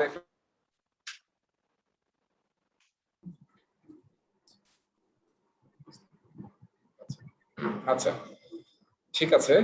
দেখেন আমরা প্রকিউরমেন্টে ছিলাম এবং 6টা পর্যন্ত আলোচনা করবো, আমাদের আছে 25 মিনিট আছে, লেটস সি কি করা যায়। Slide press. সো প্রকিউরমেন্টে কয়েকটা জিনিস আমাদের মাথায় রাখতে হবে। সেটা এক নম্বর হচ্ছে যে প্রকিউরমেন্ট কিন্তু ফর্মাল, কোনো ইনফর্মাল কোনো কাজের স্কোপ প্রকিউরমেন্টে নাই। এবং আপনাকে অর্গানাইজেশনের পলিসি, তারপর হচ্ছে অর্গানাইজেশনের প্রকিউরমেন্ট পলিসি সবগুলোকে কনসাল্ট করে কাজ করতে হবে। এবং আপনি যে দেশে কাজ করছেন তার রেগুলেশনস এর বাইরে কোনো কাজ করা যাবে না। হ্যাঁ এবং পারচেজ, প্রকিউরমেন্ট মানে পারচেজ করা, মানে আপনার প্রজেক্টে আমরা যে আলোচনা করেছিলাম যে প্রতিটা টাস্ক করার জন্য বিভিন্ন রিসোর্স থাকবে। সেটা ফিজিক্যাল রিসোর্স হতে পারে, ম্যাটেরিয়াল হতে পারে, কিংবা পিপল রিসোর্স হতে পারে। সেগুলোকে আপনি প্রকিউর, যদি আপনার অর্গানাইজেশনের ভিতরে না থাকে তাহলে you have to procure from outside. সেটাকে বলা হচ্ছে প্রকিউরমেন্ট ম্যানেজমেন্ট। সো আমাদেরকে প্ল্যান করতে হবে এবং throughout the project manage করতে হবে যে এই যে ম্যাটেরিয়াল বা পিপল এবং আমরা যে আউটসোর্স করতেছে ভেন্ডর কে সাপ্লায়ারকে, সেটা আমাদেরকে ম্যানেজ করতে হবে। সো সবকিছু হচ্ছে এখানে ফর্মাল। আর মনে রাখতে হবে দুইটা জিনিস মনে রাখতে হবে। একটা হচ্ছে যে আপনি দুইটা রোল এখানে কাজ করে, একটা হচ্ছে বায়ার, একটা হচ্ছে সেলার, ঠিক আছে? সো বায়ার মানে যিনি আসলে প্রকিউর করবেন, পারচেজ করবেন, তিনি হচ্ছে বায়ার। আর সেলার মানে ওই যে আমরা যাদেরকে ভেন্ডর বা সাপ্লায়ার বলছি, যিনি আপনাকে সাপ্লাই দিবেন। সো অলওয়েজ মনে রাখতে হবে, যদি আপনাকে প্রশ্নে একদম ডাইরেক্টলি মেনশন না করে দেয় তাহলে মনে রাখতে হবে যে আপনি অলওয়েজ বায়ার সাইডের প্রজেক্ট ম্যানেজার, ঠিক আছে? আপনি প্রকিউর করতেছেন বাইরের কোনো কোম্পানি থেকে, কোনো সাপ্লায়ার বা ভেন্ডরের কাছ থেকে। কেন এই কথাটা বলছি? কারণ যখনই আমরা পারচেজ করি, যারা পারচেজ প্রসেসে পার্টিসিপেট করেছেন, সেটা হচ্ছে আমাদের সাইডেও কিন্তু একজন প্রজেক্ট ম্যানেজার থাকে। আর যিনি ভেন্ডর বা সাপ্লায়ার তার সাইডে কি থাকে? তার সাইডে কিন্তু একজন প্রজেক্ট ম্যানেজার থাকে। হ্যাঁ এবং আমরা যে ওয়ার্ক প্যাকেজ তৈরি করেছিলাম, মনে আছে? Work package, WBS work package. আমরা কোন একটা ওয়ার্ক প্যাকেজ হয়তো এই ভেন্ডরকে দিয়ে করাবো। হ্যাঁ ওয়ার্ক প্যাকেজ লেভেলে রাখলে সুবিধা হচ্ছে মেইনটেইন করা, ম্যানেজ করা, মনিটর কন্ট্রোল করা সহজ হয়। সো অলওয়েজ মনে রাখতে হবে আপনি বায়ার সাইডের এবং আপনি প্রকিউর করতেছেন আপনার অর্গানাইজেশনের কোন একটা ওয়ার্ক প্যাকেজের জন্য, এবং সেটা আপনি দিয়ে দিচ্ছেন এই সেলারকে। সেলারের জন্য কিন্তু এটি একটা প্রজেক্ট, আর আপনার হয়তো এটা প্রজেক্টের একটা জাস্ট একটা WBS কম্পোনেন্ট কিংবা ওয়ার্ক প্যাকেজ কম্পোনেন্ট। এরপরে ফর্মাল যেহেতু বললাম, মনে রাখতে হবে প্রকিউরমেন্ট হওয়া মানে there is always a contract between you মানে বায়ার অ্যান্ড সেলার। কন্ট্যাক্ট মানে হচ্ছে তিনটা জিনিসের কম্বিনেশন, আমরা তো অনেকে জানি। একটা হচ্ছে অফার, একটা হচ্ছে অ্যাকসেপ্টেন্স, একটা হচ্ছে মাঝখানে হচ্ছে কনসিডারেশনস। তার মানে হচ্ছে আপনি কোন একটা কাজের জন্য বলছেন যে আমার এই কাজটা করা দরকার, আপনি ভেন্ডরকে বলছেন, ভেন্ডর সেটা অ্যাকসেপ্ট করছে, করে আপনাকে সে কি দিবে, সে প্রোডাক্ট বা সার্ভিসটা আপনাকে দিবে। সেই প্রোডাক্ট বা সার্ভিস তার এগেনস্টে সে প্রোডাক্ট বা সার্ভিস দিচ্ছে, এটা হচ্ছে কনসিডারেশন। আর তার এগেনস্টে আপনি তাকে টাকা দিচ্ছেন, সেটা হচ্ছে আপনার জন্য কনসিডারেশন। সো কন্ট্রাক্ট মানে একটা অফার থাকে, এক পার্টি অফার করে আরেক পার্টি অ্যাকসেপ্ট করে, এবং তাদের মধ্যে আসলে কনসিডারেশন থাকে। কেউ প্রোডাক্ট সার্ভিস দেয় বা পিপল দেয়, আমরা মানুষই কিন্তু প্রকিউর করি, গাড়িও প্রকিউর করি, রেন্ট করি, তাই না? সবই কিন্তু এই প্রসেসে হয়, এবং তার এগেনস্টে আমরা তাকে পে করি। সো এইটা যেখানে যে ডকুমেন্টে লেখা হয় সেটা হচ্ছে কন্ট্রাক্ট ডকুমেন্ট। এবং আমরা জানি যে কন্ট্রাক্ট ডকুমেন্ট মানে কি, this is a legal document. এটা নিয়ে আপনি যদি কোনো কিছু আপনার ডিসপিউট থাকে, কোনো ডেলিভারি না পান, so you can also go to legal procedure, কোর্টে যেতে পারে। So that's why this is a serious issue. এবং মনে রাখতে হবে এই কন্ট্রাক্ট যে লেখা হয়, এটা কিন্তু most probably as a project manager you are not that expert in contract management. কিন্তু আমরা কিন্তু বলেছিলাম প্রজেক্ট ম্যানেজারকে কিন্তু মানে লট অফ স্কিলস জানতে হবে, প্রজেক্ট ম্যানেজার থাকতে হবে। তার মধ্যে কিন্তু এই কন্ট্রাক্ট ম্যানেজমেন্টও কিছু না কিছু আপনাকে বুঝতে হবে। তো যারা কন্ট্রাক্ট নিয়ে কাজ করেননি, আপনারা কন্ট্রাক্ট দিয়ে সার্চ দিলে পাবেন কন্ট্রাক্ট স্যাম্পল ডকুমেন্ট, কিংবা রিটার বই যদি কারো কাছে থাকে, রিটার বই আসলে আছে যে কন্ট্রাক্টে কি কি জিনিস থাকে। কিংবা বাংলাদেশের গভর্নমেন্টের কিন্তু কন্ট্রাক্টে খুব ভালো ডকুমেন্ট আছে, আপনি প্ল্যানিং কমিউনিকেশনের সাইটে গিয়ে ডাউনলোড করতে পারবেন। হ্যাঁ, তো সেখান থেকে দেখবেন যে আসলে কন্ট্রাক্ট ডকুমেন্টে কি কি ধরনের আসলে টার্মস এন্ড কন্ডিশনস থাকে, কি কি জিনিস থাকে। দুইটা পার্টি এবং তাদের জেনারেল কন্ডিশনস, তারপর আবার কিছু টেকনিক্যাল কন্ডিশনস থাকে, এবং একটা থাকে এসওডব্লিউ, স্কোপ অফ ওয়ার্ক, যেটাকে বলে প্রকিউরমেন্ট স্কোপ অফ ওয়ার্ক। তার মানে যেটা আমি বলতেছি যে আমি কি কাজ করাতে চাচ্ছি বা কি পারচেজ করতে যাচ্ছি, সেটা লেখা থাকে হচ্ছে স্কোপ অফ ওয়ার্ক। সো এই জিনিসগুলো আমরা এই চ্যাপ্টারে দেখব, ঠিক আছে? আরো এই সবগুলো আলোচনা হবে, এবং যারা জানি না তারা এখান থেকে অনেক ইন্টারেস্টিং জিনিস পাবো, যেটা আমাদের প্রকিউরমেন্টে হেল্প করবে। সো এই যে এই সমস্ত টুলস এবং ডেলিভারিজ নিয়ে আমরা আলোচনা করব, সামনে যাই। সো প্রথমেই আসলে আপনাকে সেট করতে হবে যে আপনার প্রকিউরমেন্ট স্ট্র্যাটেজি কি হবে, প্রকিউরমেন্ট প্ল্যানটা কি হবে, ঠিক আছে? তার মধ্যে এক নম্বর ঠিক করতে হয় ডেলিভারি মেথড। আপনি কাস্টমার, ভেন্ডর বা সাপ্লায়ার কাছ থেকে কিভাবে ডেলিভারি নেবেন। কিভাবে ডেলিভারি নেবেন মানে হচ্ছে অনেকভাবে ডেলিভারি নেওয়া যায়। যেমন পিএম ব্লকে, এটা এখানে খুব একটা আলোচনা নাই, পিএম ব্লকে যেমন একটা আলোচনা আছে বিওটি। বিওটি মানে হচ্ছে বিল্ড, অপারেট, ট্রান্সফার। কেউ এই প্রসিডিউরে কাজ করছেন? BOT, build, operate, transfer. আবার অনেকে করে টার্ন কি শুনছেন না? টার্ন কি প্রজেক্ট। জি ভাই, আমরা টাঙ্কিতেই বেশি কাজ করি। হ্যাঁ, টার্ন কি মানে কি? টার্ন কি প্রজেক্ট মানে কি? ডেলিভারি মেথডটা যে টার্ন কি হয়, একবারে কন্টাক্ট আর কি। হ্যাঁ, তার মানে আপনি একদম সব রেডি করে দিবেন, সব ready করে কাস্টমার দেব। খালি কি চালালেই কাজ শুরু হয়ে যাবে নাকি? হ্যাঁ। এরকম আর কি ব্যাপারটা। তার আগে আপনি সব কমপ্লিট করে দিয়ে দিয়েছেন। আর বিওটি মানে কি? খুব ইন্টারেস্টিং এটাও। বিওটি মানে হচ্ছে অনেক অর্গানাইজেশনের কিন্তু ক্যাপাসিটি নাই যে নিজেই অপারেট করবে। তো আমরা কি বলি যে ভেন্ডর যাকে দায়িত্ব দেওয়া হয়েছে তাকে বললাম তুমি এটা বিল্ড করো আমাদের জন্য, করে তুমি অপারেট করো এটা আমাদের জন্য 2 বছর বা 3 বছর। এর মধ্যে আমার যে লোকজন আছে তারা কি হবে, তাদের ক্যাপাসিটি বিল্ডিং হবে, তারা ট্রেন আপ হবে, তারা নলেজ গ্যাদার করবে, তারপরে তুমি আমাকে ট্রান্সফার করে দাও 2 বছর বা 3 বছর পর। এটা কিন্তু একটা টেকনিকে ডেলিভারি হয়, সেটাকে বলা হয় বিওটি, ঠিক আছে? যেখানে আসলে আমাদের একটু ক্যাপাসিটি প্রবলেম থাকে। দেখেন আমাদের কিন্তু গভর্নমেন্টে অনেক বড় প্রজেক্ট আছে যেগুলো কিন্তু বিদেশি অর্গানাইজেশন গুলো করে না, করার পেতে অপারেটর তারা অনেকদিন করে, তারপরে একটা স্টেজে কি গভর্নমেন্ট ওটা করে নেয়, নিয়ে নেয়। সো এটা হচ্ছে বিওটি। সো এই ধরনের কয়েকটা টেকনিক আছে যেগুলো আপনি আসলে ডেলিভারি মেথড হিসেবে ইউজ করতে পারেন। তারপরে কন্ট্রাক্ট পেমেন্ট টাইপস। আপনি যে কন্ট্রাক্ট করতেছেন, অনেক ধরনের কন্ট্রাক্ট টাইপস আমরা দেখবো। যেমন একটা আছে ফিক্সড প্রাইস কন্ট্রাক্ট, একটা আছে কস্ট রিএমবার্সেবল কন্ট্রাক্ট, তারপর একটা আছে time and material contract. So কোন টাইপের কন্ট্রাক্ট আপনি ইউজ করবেন আপনার প্রজেক্টের উপর ডিপেন্ড করছে, সেটার উপর বেস করে আপনি কন্ট্রাক্টটা সাইন করবেন। আর প্রকিউরমেন্টে কোনো ফেজ আছে কিনা এটাও আমরা করি। বড় বড় প্রকিউরমেন্টে কি হয়, ফেজ ওয়াইজ প্রকিউরমেন্ট হয়। যে প্রথমে আপনি এসে আমি ল্যাপটপ কিনবো 1000টা, প্রথমে আপনি 200টা ল্যাপটপ দিবেন, তারপরে প্রতি মাসে 100টা করে ল্যাপটপ দিবেন, এগুলো হচ্ছে ফেজ। প্রতি ফেজে আমি এতগুলো ল্যাপটপ নেব, এগুলো হচ্ছে প্রকিউরমেন্ট ফেজ। আপনি প্রকিউরমেন্ট স্ট্র্যাটেজিতে এই জিনিসটা আপনাকে প্ল্যান করতে হবে, এবং এটা কিন্তু আসলে প্রকিউরমেন্ট ম্যানেজমেন্ট প্ল্যানে থাকে। আচ্ছা, এর আগে এটা মনে হয় একটু দেখানো হলে আপনাদের মাথায় থাকবে। টেবিলটা দেখতে পাচ্ছি, পিএম এর টেবিলটা। জি ভাইয়া, দেখা যাবে। আচ্ছা, এই টেবিলটা দেখেন, আমরা কিন্তু আসলে আছি এই চ্যাপ্টারে 12 নম্বর চ্যাপ্টার, আর প্রকিউরমেন্টটা পড়ার চেষ্টা করছি। এবং আমরা আসলে এই দুইটা দেখবো, প্ল্যান, প্রকিউরমেন্ট ম্যানেজমেন্ট, যেটা আমরা যে স্ট্র্যাটেজি দিয়ে শুরু করলাম, স্ট্র্যাটেজি কিন্তু প্রকিউরমেন্ট ম্যানেজমেন্টের পার্ট আর কি। ওই তিনটা জিনিস থাকবেই। তারপর হচ্ছে কন্ট্রাক্ট প্রকিউরমেন্টস। এখানে আসলে মেইন কাজ হচ্ছে আমরা অনেকগুলো কাজ করি প্ল্যান, প্রকিউরমেন্ট ম্যানেজমেন্টে। হ্যাঁ, করবো আমরা। আমি জাস্ট একটু হাইলি বলতেছি, হাইলি ইয়া থেকে। সেটা হচ্ছে যে প্রথমে আমরা আসলে প্ল্যান করি যে আমাদের কি কি পারচেস করতে হবে। হ্যাঁ, তারপর আমরা কিভাবে পারচেস করবো, একটু আগে যেটা দেখলাম পারচেজিং স্ট্র্যাটেজি কি হবে, প্রকিউরমেন্ট স্ট্র্যাটেজি। তার মধ্যে তিনটা পার্ট থাকা যাচ্ছে, ডেলিভারি কিভাবে নেব, তারপর কিভাবে পেমেন্ট করব, এবং কন্ট্রাক্ট টাইপটা কিভাবে হবে, এই জিনিসগুলো থাকে। তারপর আরেকটা হচ্ছে আমি যে নেব, আপনারা বোধহয় অনেকেই জানেন যে সিঙ্গেল ভেন্ডরের কাছ থেকে নেওয়া বেশিরভাগ অর্গানাইজেশনে নিষেধ। আপনাকে অবশ্যই মাল্টিপল ভেন্ডর থাকতে হবে, নাহলে তো আপনি কি হবে, বায়াস হবে, কিংবা আপনি নেপোটিজম করবেন, এরকম অনেক কিছু হবে।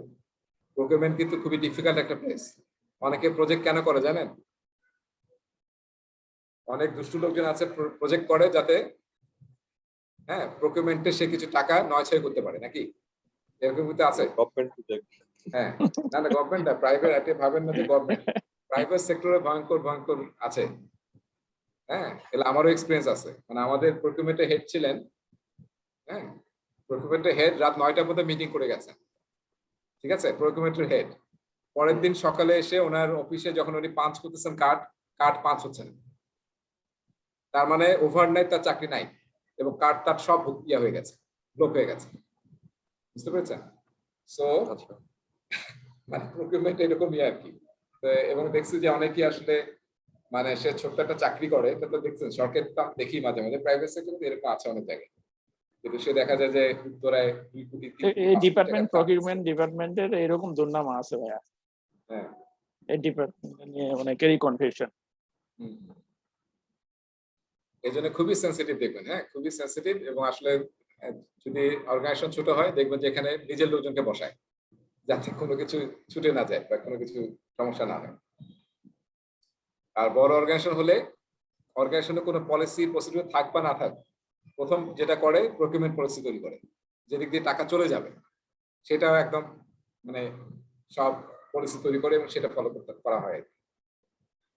আচ্ছা, তাহলে আমরা কিভাবে ভেন্ডরকে সিলেক্ট করব, তার জন্য সিলেকশন ক্রাইটেরিয়া আমাদেরকে তৈরি করতে হবে, সেটাও প্ল্যান প্রকিউরমেন্ট ম্যানেজমেন্টে করি আমরা, যে কি কি ক্রাইটেরিয়ার উপর আমরা ভেন্ডরকে সিলেক্ট করব।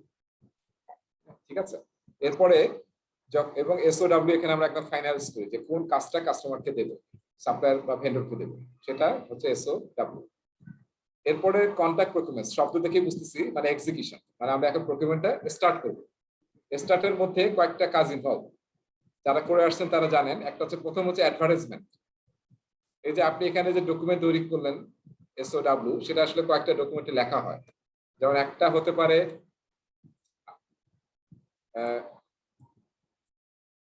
মানে যেটা আপনি অ্যাডভার্টাইজমেন্ট করবেন, সেই ডকুমেন্টটার মধ্যে কিন্তু যে সব থাকতেছে, যে আপনার এসওডব্লিউ কি, তারপর আপনার পেমেন্ট কিভাবে দিবেন, কি ধরনের কন্ট্রাক্ট চাচ্ছেন আপনি, এবং কি ক্রাইটেরিয়া তাকে সিলেক্ট করবেন সেটাও ওপেনলি বলা থাকে।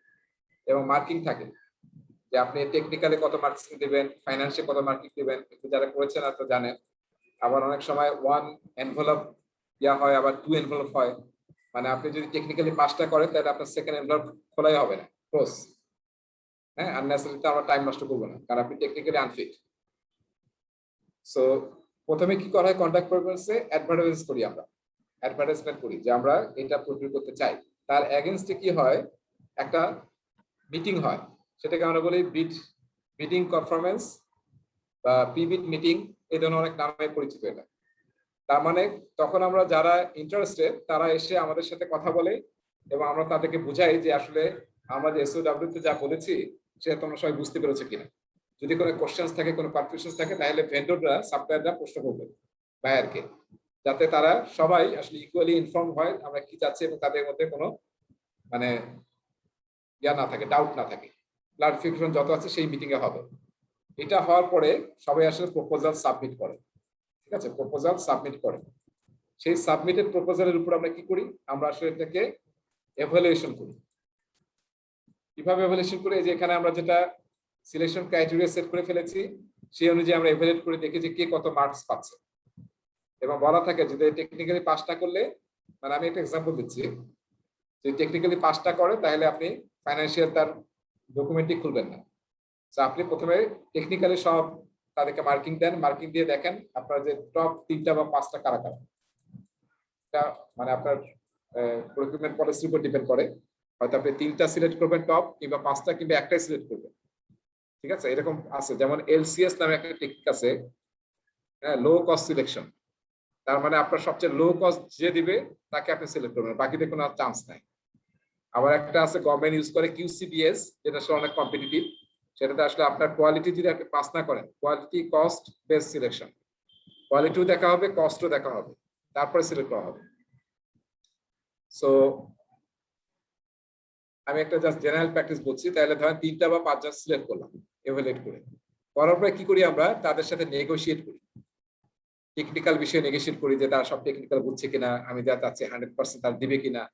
এর সাথে সাথে ফাইন্যান্স টিম বা প্রকিউরমেন্ট টিম তারা কি করে, কি নিয়ে নেগোশিয়েট করে, ফাইন্যান্স নিয়ে, যে আমরা এত টাকা দিচ্ছি, তুমি এত প্রাইস দিচ্ছি, আরো কমানো যায় কিনা, হ্যাঁ, তারপরে হচ্ছে পেমেন্টটা এই পাবা এই কোয়ার্টারে বা এই 6 মাস পরে পাবা, সব ঠিক আছে কিনা, এই সব কিছু নেগোশিয়েট করে এগ্রিড হওয়ার পরে আমরা কি করি, এখানে লাস্ট স্টেপস হচ্ছে এগ্রিমেন্ট সাইন করা, যেটাকে আমরা কি বলতেছি, এগ্রিমেন্ট মানে কন্ট্রাক্ট সাইন করা।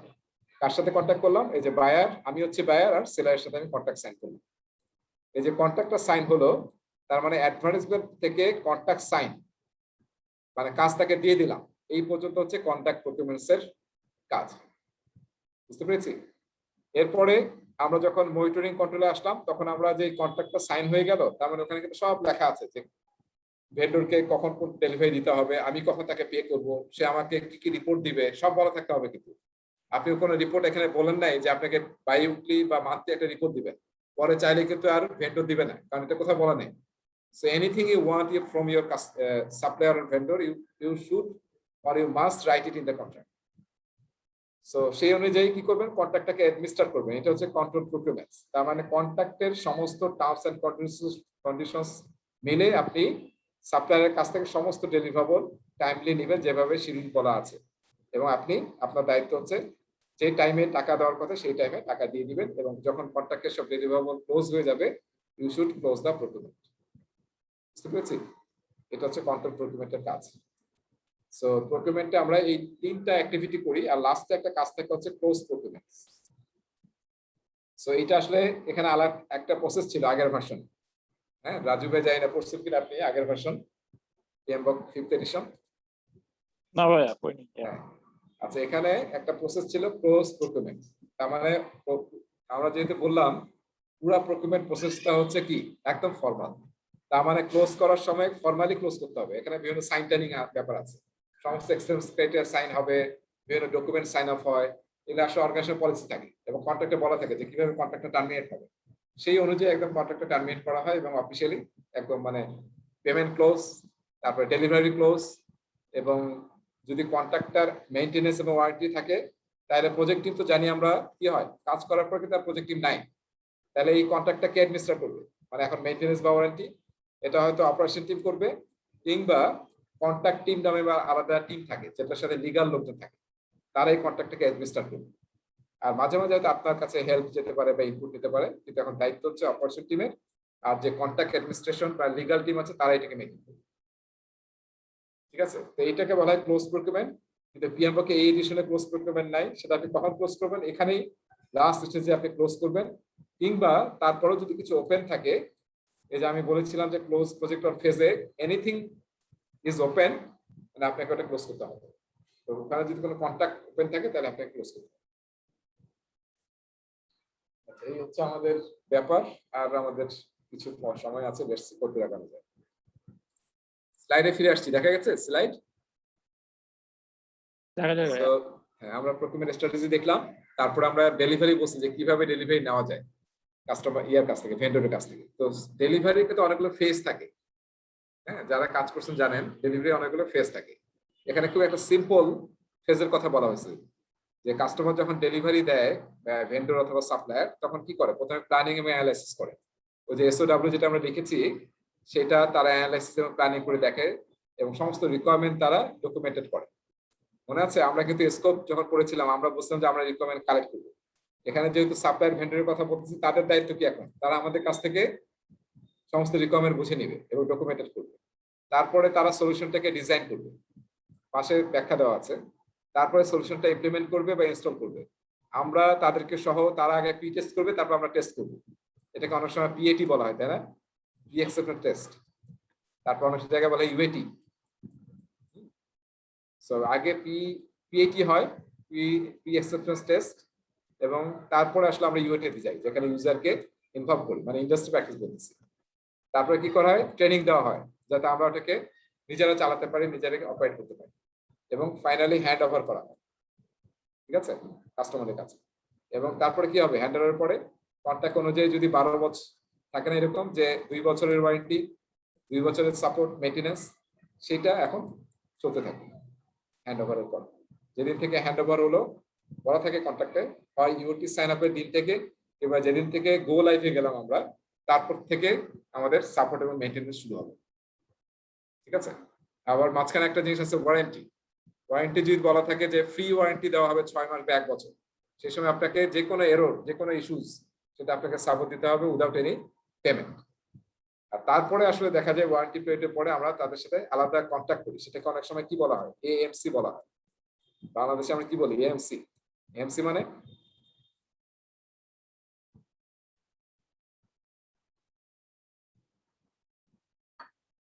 অ্যানুয়াল মেইনটেনেন্স কন্ট্রাক্ট, ঠিক আছে।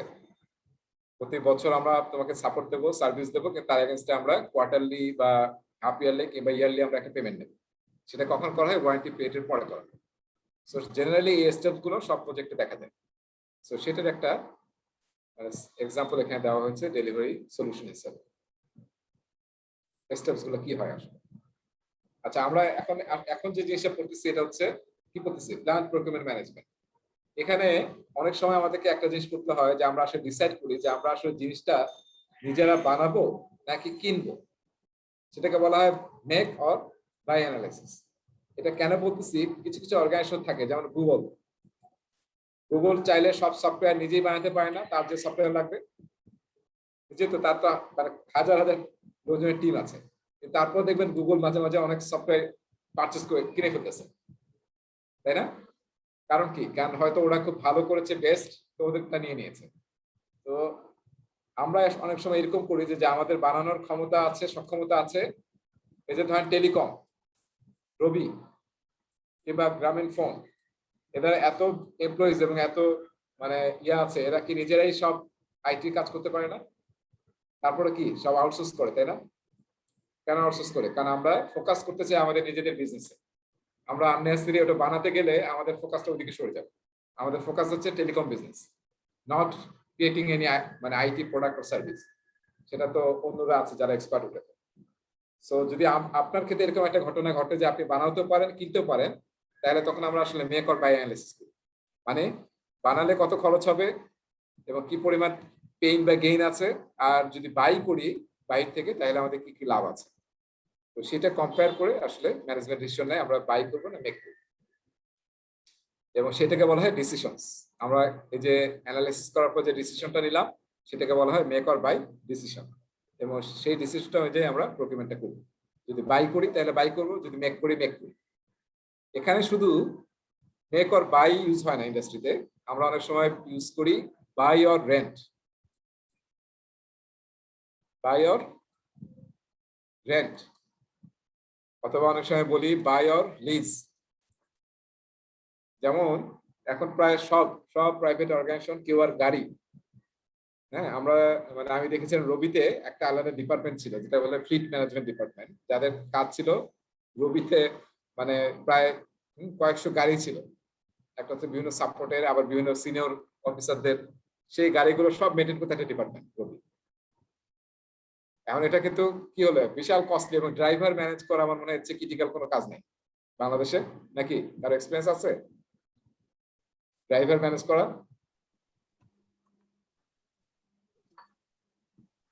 প্রজেক্টের কাজে এদের সঙ্গে বিভিন্ন ড্রাইভারের মানে কাজ করার অভিজ্ঞতা হয়েছে আর কি, খুবই বাজে। এরকম চুরি ধান্দাবাজি থাকে সব দিকে, এই ধান্দা। মানে কোনোভাবেই কন্ট্রোল করা পসিবল না, এমন একটা অবস্থা। হ্যাঁ, তারা কিছুদিন পরে দল পাকাবে, এই করবে সেই করবে, মানে খুবই ডিফিকাল্ট একটা সিচুয়েশন। সো এখন কিন্তু এই দায়িত্ব কেউ নেয় না, দেখবেন যে অনেক মানে গাড়ির সার্ভিস প্রোভাইড করে তাদের কাছ থেকে দিয়ে দেয় থার্ড পার্টি। কিন্তু আমি যদি এরকম চিন্তা করি যে আমি বাই করবো নাকি রেন্ট করবো, এই যে সরকারি দেখছেন না, মনে আছে আপনারা যে একটু 10 বছর আগে যদি একটু ব্যাক করেন, সরকারি সব গাড়ি ছিল ধ্যানধারা, দেখছেন? এমপ্লয়ীদের গাড়ি, তারপরে স্টাফদের গাড়ি, সব মানে সবচেয়ে বাজে বাসটা বা গাড়িটা ছিল সরকারি অফিসার, তাই না? আর এখন কি, এখন সবাই কি খেয়াল করছেন? সব পাজেরো, সবকিছু চকচকা, মাইক্রোবাস একদম চকচক করতেছে। কারণ কি বলতে পারবেন? কারণ কি? রেন্ট করে এখন। কারণ হচ্ছে সব জায়গায় প্রজেক্ট হচ্ছে, এত প্রজেক্ট হচ্ছে প্রতিটা মিনিস্ট্রিতে, আপনি কিন্তু ইজিলি প্রজেক্টের জন্য গাড়ি লাগে, মাইক্রো লাগে, স্টার মানে কনসালটেন্টদেরকে নিয়ে আসা বা টিমকে নিয়ে আসা। এখন ইজিলি কিন্তু ওনারা দেখাতে পারে যে বাই করাচ্ছে কি, মানে রেন্ট করাচ্ছে বাই করা বেটার। কারণ প্রজেক্ট হতে 5 বছর চলবে, ওয়ার্ল্ড ব্যাংক ফাইন্যান্স করছে। আমরা যদি ইজিলি শুরুতে বাজেটটা দিয়ে দিই যে আমাদের এই 10টা মাইক্রো লাগবে এবং 5 বছর পর প্রজেক্ট শেষ, একটা মাইক্রো কিন্তু মিনিমাম যদি ভালোভাবে মেনটেন করি আমরা 20-25 ইয়ার্স ইজ নট ইস্যু, তাই না? বা মিনিমাম 15 বছর চলবে। তার মানে কিন্তু আপনি এই প্রজেক্টের টাকায় you can easily buy a micro. Project শেষ, সেই মাইক্রো কি নিয়ে নেবে ওয়ার্ল্ড ব্যাংক বা এডিবি? ল্যাপটপ যেগুলো ইউজ করে সেগুলো একটা কিন্তু নেওয়া হয় না, সব কিন্তু যে নিয়ে নেয়, মানে ওই অর্গানাইজেশন থেকে যায়, ল্যাপটপ বলেন বা এরকম যে জিনিসগুলো আছে। তো এইভাবে কিন্তু ইজিলি তারা কিন্তু দেখতে অ্যানালাইসিস করে দেখাতে পারে যে আমাদের কিন্তু বাই করা বেটার দেন রেন্ট। কারণ রেন্ট তো আপনারা জানেন, রেন্ট তো অনেক হাই। হ্যাঁ, আগে কি না, আগে এত প্রজেক্ট হতো না আসলে। এখন যে পরিমাণ প্রজেক্ট হয়, এখন তো সেই স্কোপটা এখন অনেক তৈরি হয়েছে, আগে তো হতো না। লোকজন দেখতেন না। আপনাদের সরকারি কি এক্সপিরিয়েন্স আছে সরকারের সাথে কাজ করার রিসেন্টলি লাস্ট 2-3 বছরে? কারো এক্সপিরিয়েন্স আছে? মানে আমি তো যে মানে প্রাইভেট সেক্টর ছেড়েছি তো 10-11 বছর হয়ে গেছে। এরপরে কিন্তু সরকারি অনেক জায়গায় কাজ করছি আমি, এবং ইনিশিয়ালি দেখা যেত মানে 5টা বাজলে সব দৌড়াই দিচ্ছে, হ্যাঁ 9টা 5টা। এখন আমি এরপরে আমার যে এক্সপিরিয়েন্স হয়েছে লাস্ট 4-5 বছরে, সবাই এত বিজি। হ্যাঁ, আমি সেদিন কোন একটা অফিসে গেলাম এই করোনার মাঝখানে, 7টার সময়ের মধ্যে গেছি আমি, ভালো যে ওনারা আমার পরিচিত, বেশ ফ্রেন্ডলি, দেখা করতে যাবো, ভালো যে 7টার সময় যাই তাহলে ওদেরকে ফ্রি পাবো। গিয়ে দেখি যে সচিব সহ অল আর মানে সবাই মিটিং করতেছে, ইনক্লুডিং সচিব, সন্ধ্যা 7টা বাজে, বুঝতে পেরেছেন? সো এখন কিন্তু এনভায়রনমেন্টটা চেঞ্জ হয়ে গেছে, মানে তারাও কিন্তু প্রচুর এখন কাজ করে, যেহেতু এমন প্রজেক্ট চলতেছে, এত কিছু চলতেছে, এটা আসলে এখন আর কোনো ওইরকম ওয়ে নাই আসলে। সো ওই সেক্টরে অনেক কাজ বেড়ে গেছে। হ্যাঁ, কারো যদি ভুল ধারণা থাকে যে সরকারি এখন কাজ হয় না, এখন কিন্তু প্রচুর কাজও হয়। আচ্ছা, এরপর আসেন প্রকিউরমেন্ট এসওডব্লিউ, যেটা আমি বলতেছিলাম যে স্কোপ অফ ওয়ার্কটা আমাদের ফাইনালাইজ করতে হবে, যে আমরা কি চাই একদম ক্লারিফাই হিসেবে একদম লিখতে হবে আমাদেরকে। সেটাই আসলে আমরা যখন লিখে অ্যাডভার্টাইজমেন্ট ছাড়ি, তখন তার এগেইনস্টে কয়েকটা জিনিস হয়। একটা হচ্ছে আরএফকিউ মানে আমরা অনেক সময় রিকোয়েস্ট ফর কোটেশন চাই না, প্রথমে আমি ইউআই দিয়ে শুরু করি, আজকে মনে একটা দিয়ে শেষ করতে হবে। ইউআই মানে হচ্ছে প্রথমে আমরা একটা ডকুমেন্ট মানে অ্যাডভার্টাইজমেন্ট করি যে আমরা এই ধরনের প্রোডাক্ট বা সার্ভিস নিতে চাই, ঠিক আছে? তাহলে সেই প্রোডাক্ট বা সার্ভিসের জন্য কারা কারা আমাদের দেশে বা যদি ইন্টারন্যাশনাল হয় কারা কারা এটা করতে ইন্টারেস্টেড বা কাদের যোগ্যতা আছে সেটা জানার জন্য আমরা এক্সপ্রেশন অফ ইন্টারেস্ট সিক করি। দরজায় কে দেখো তো?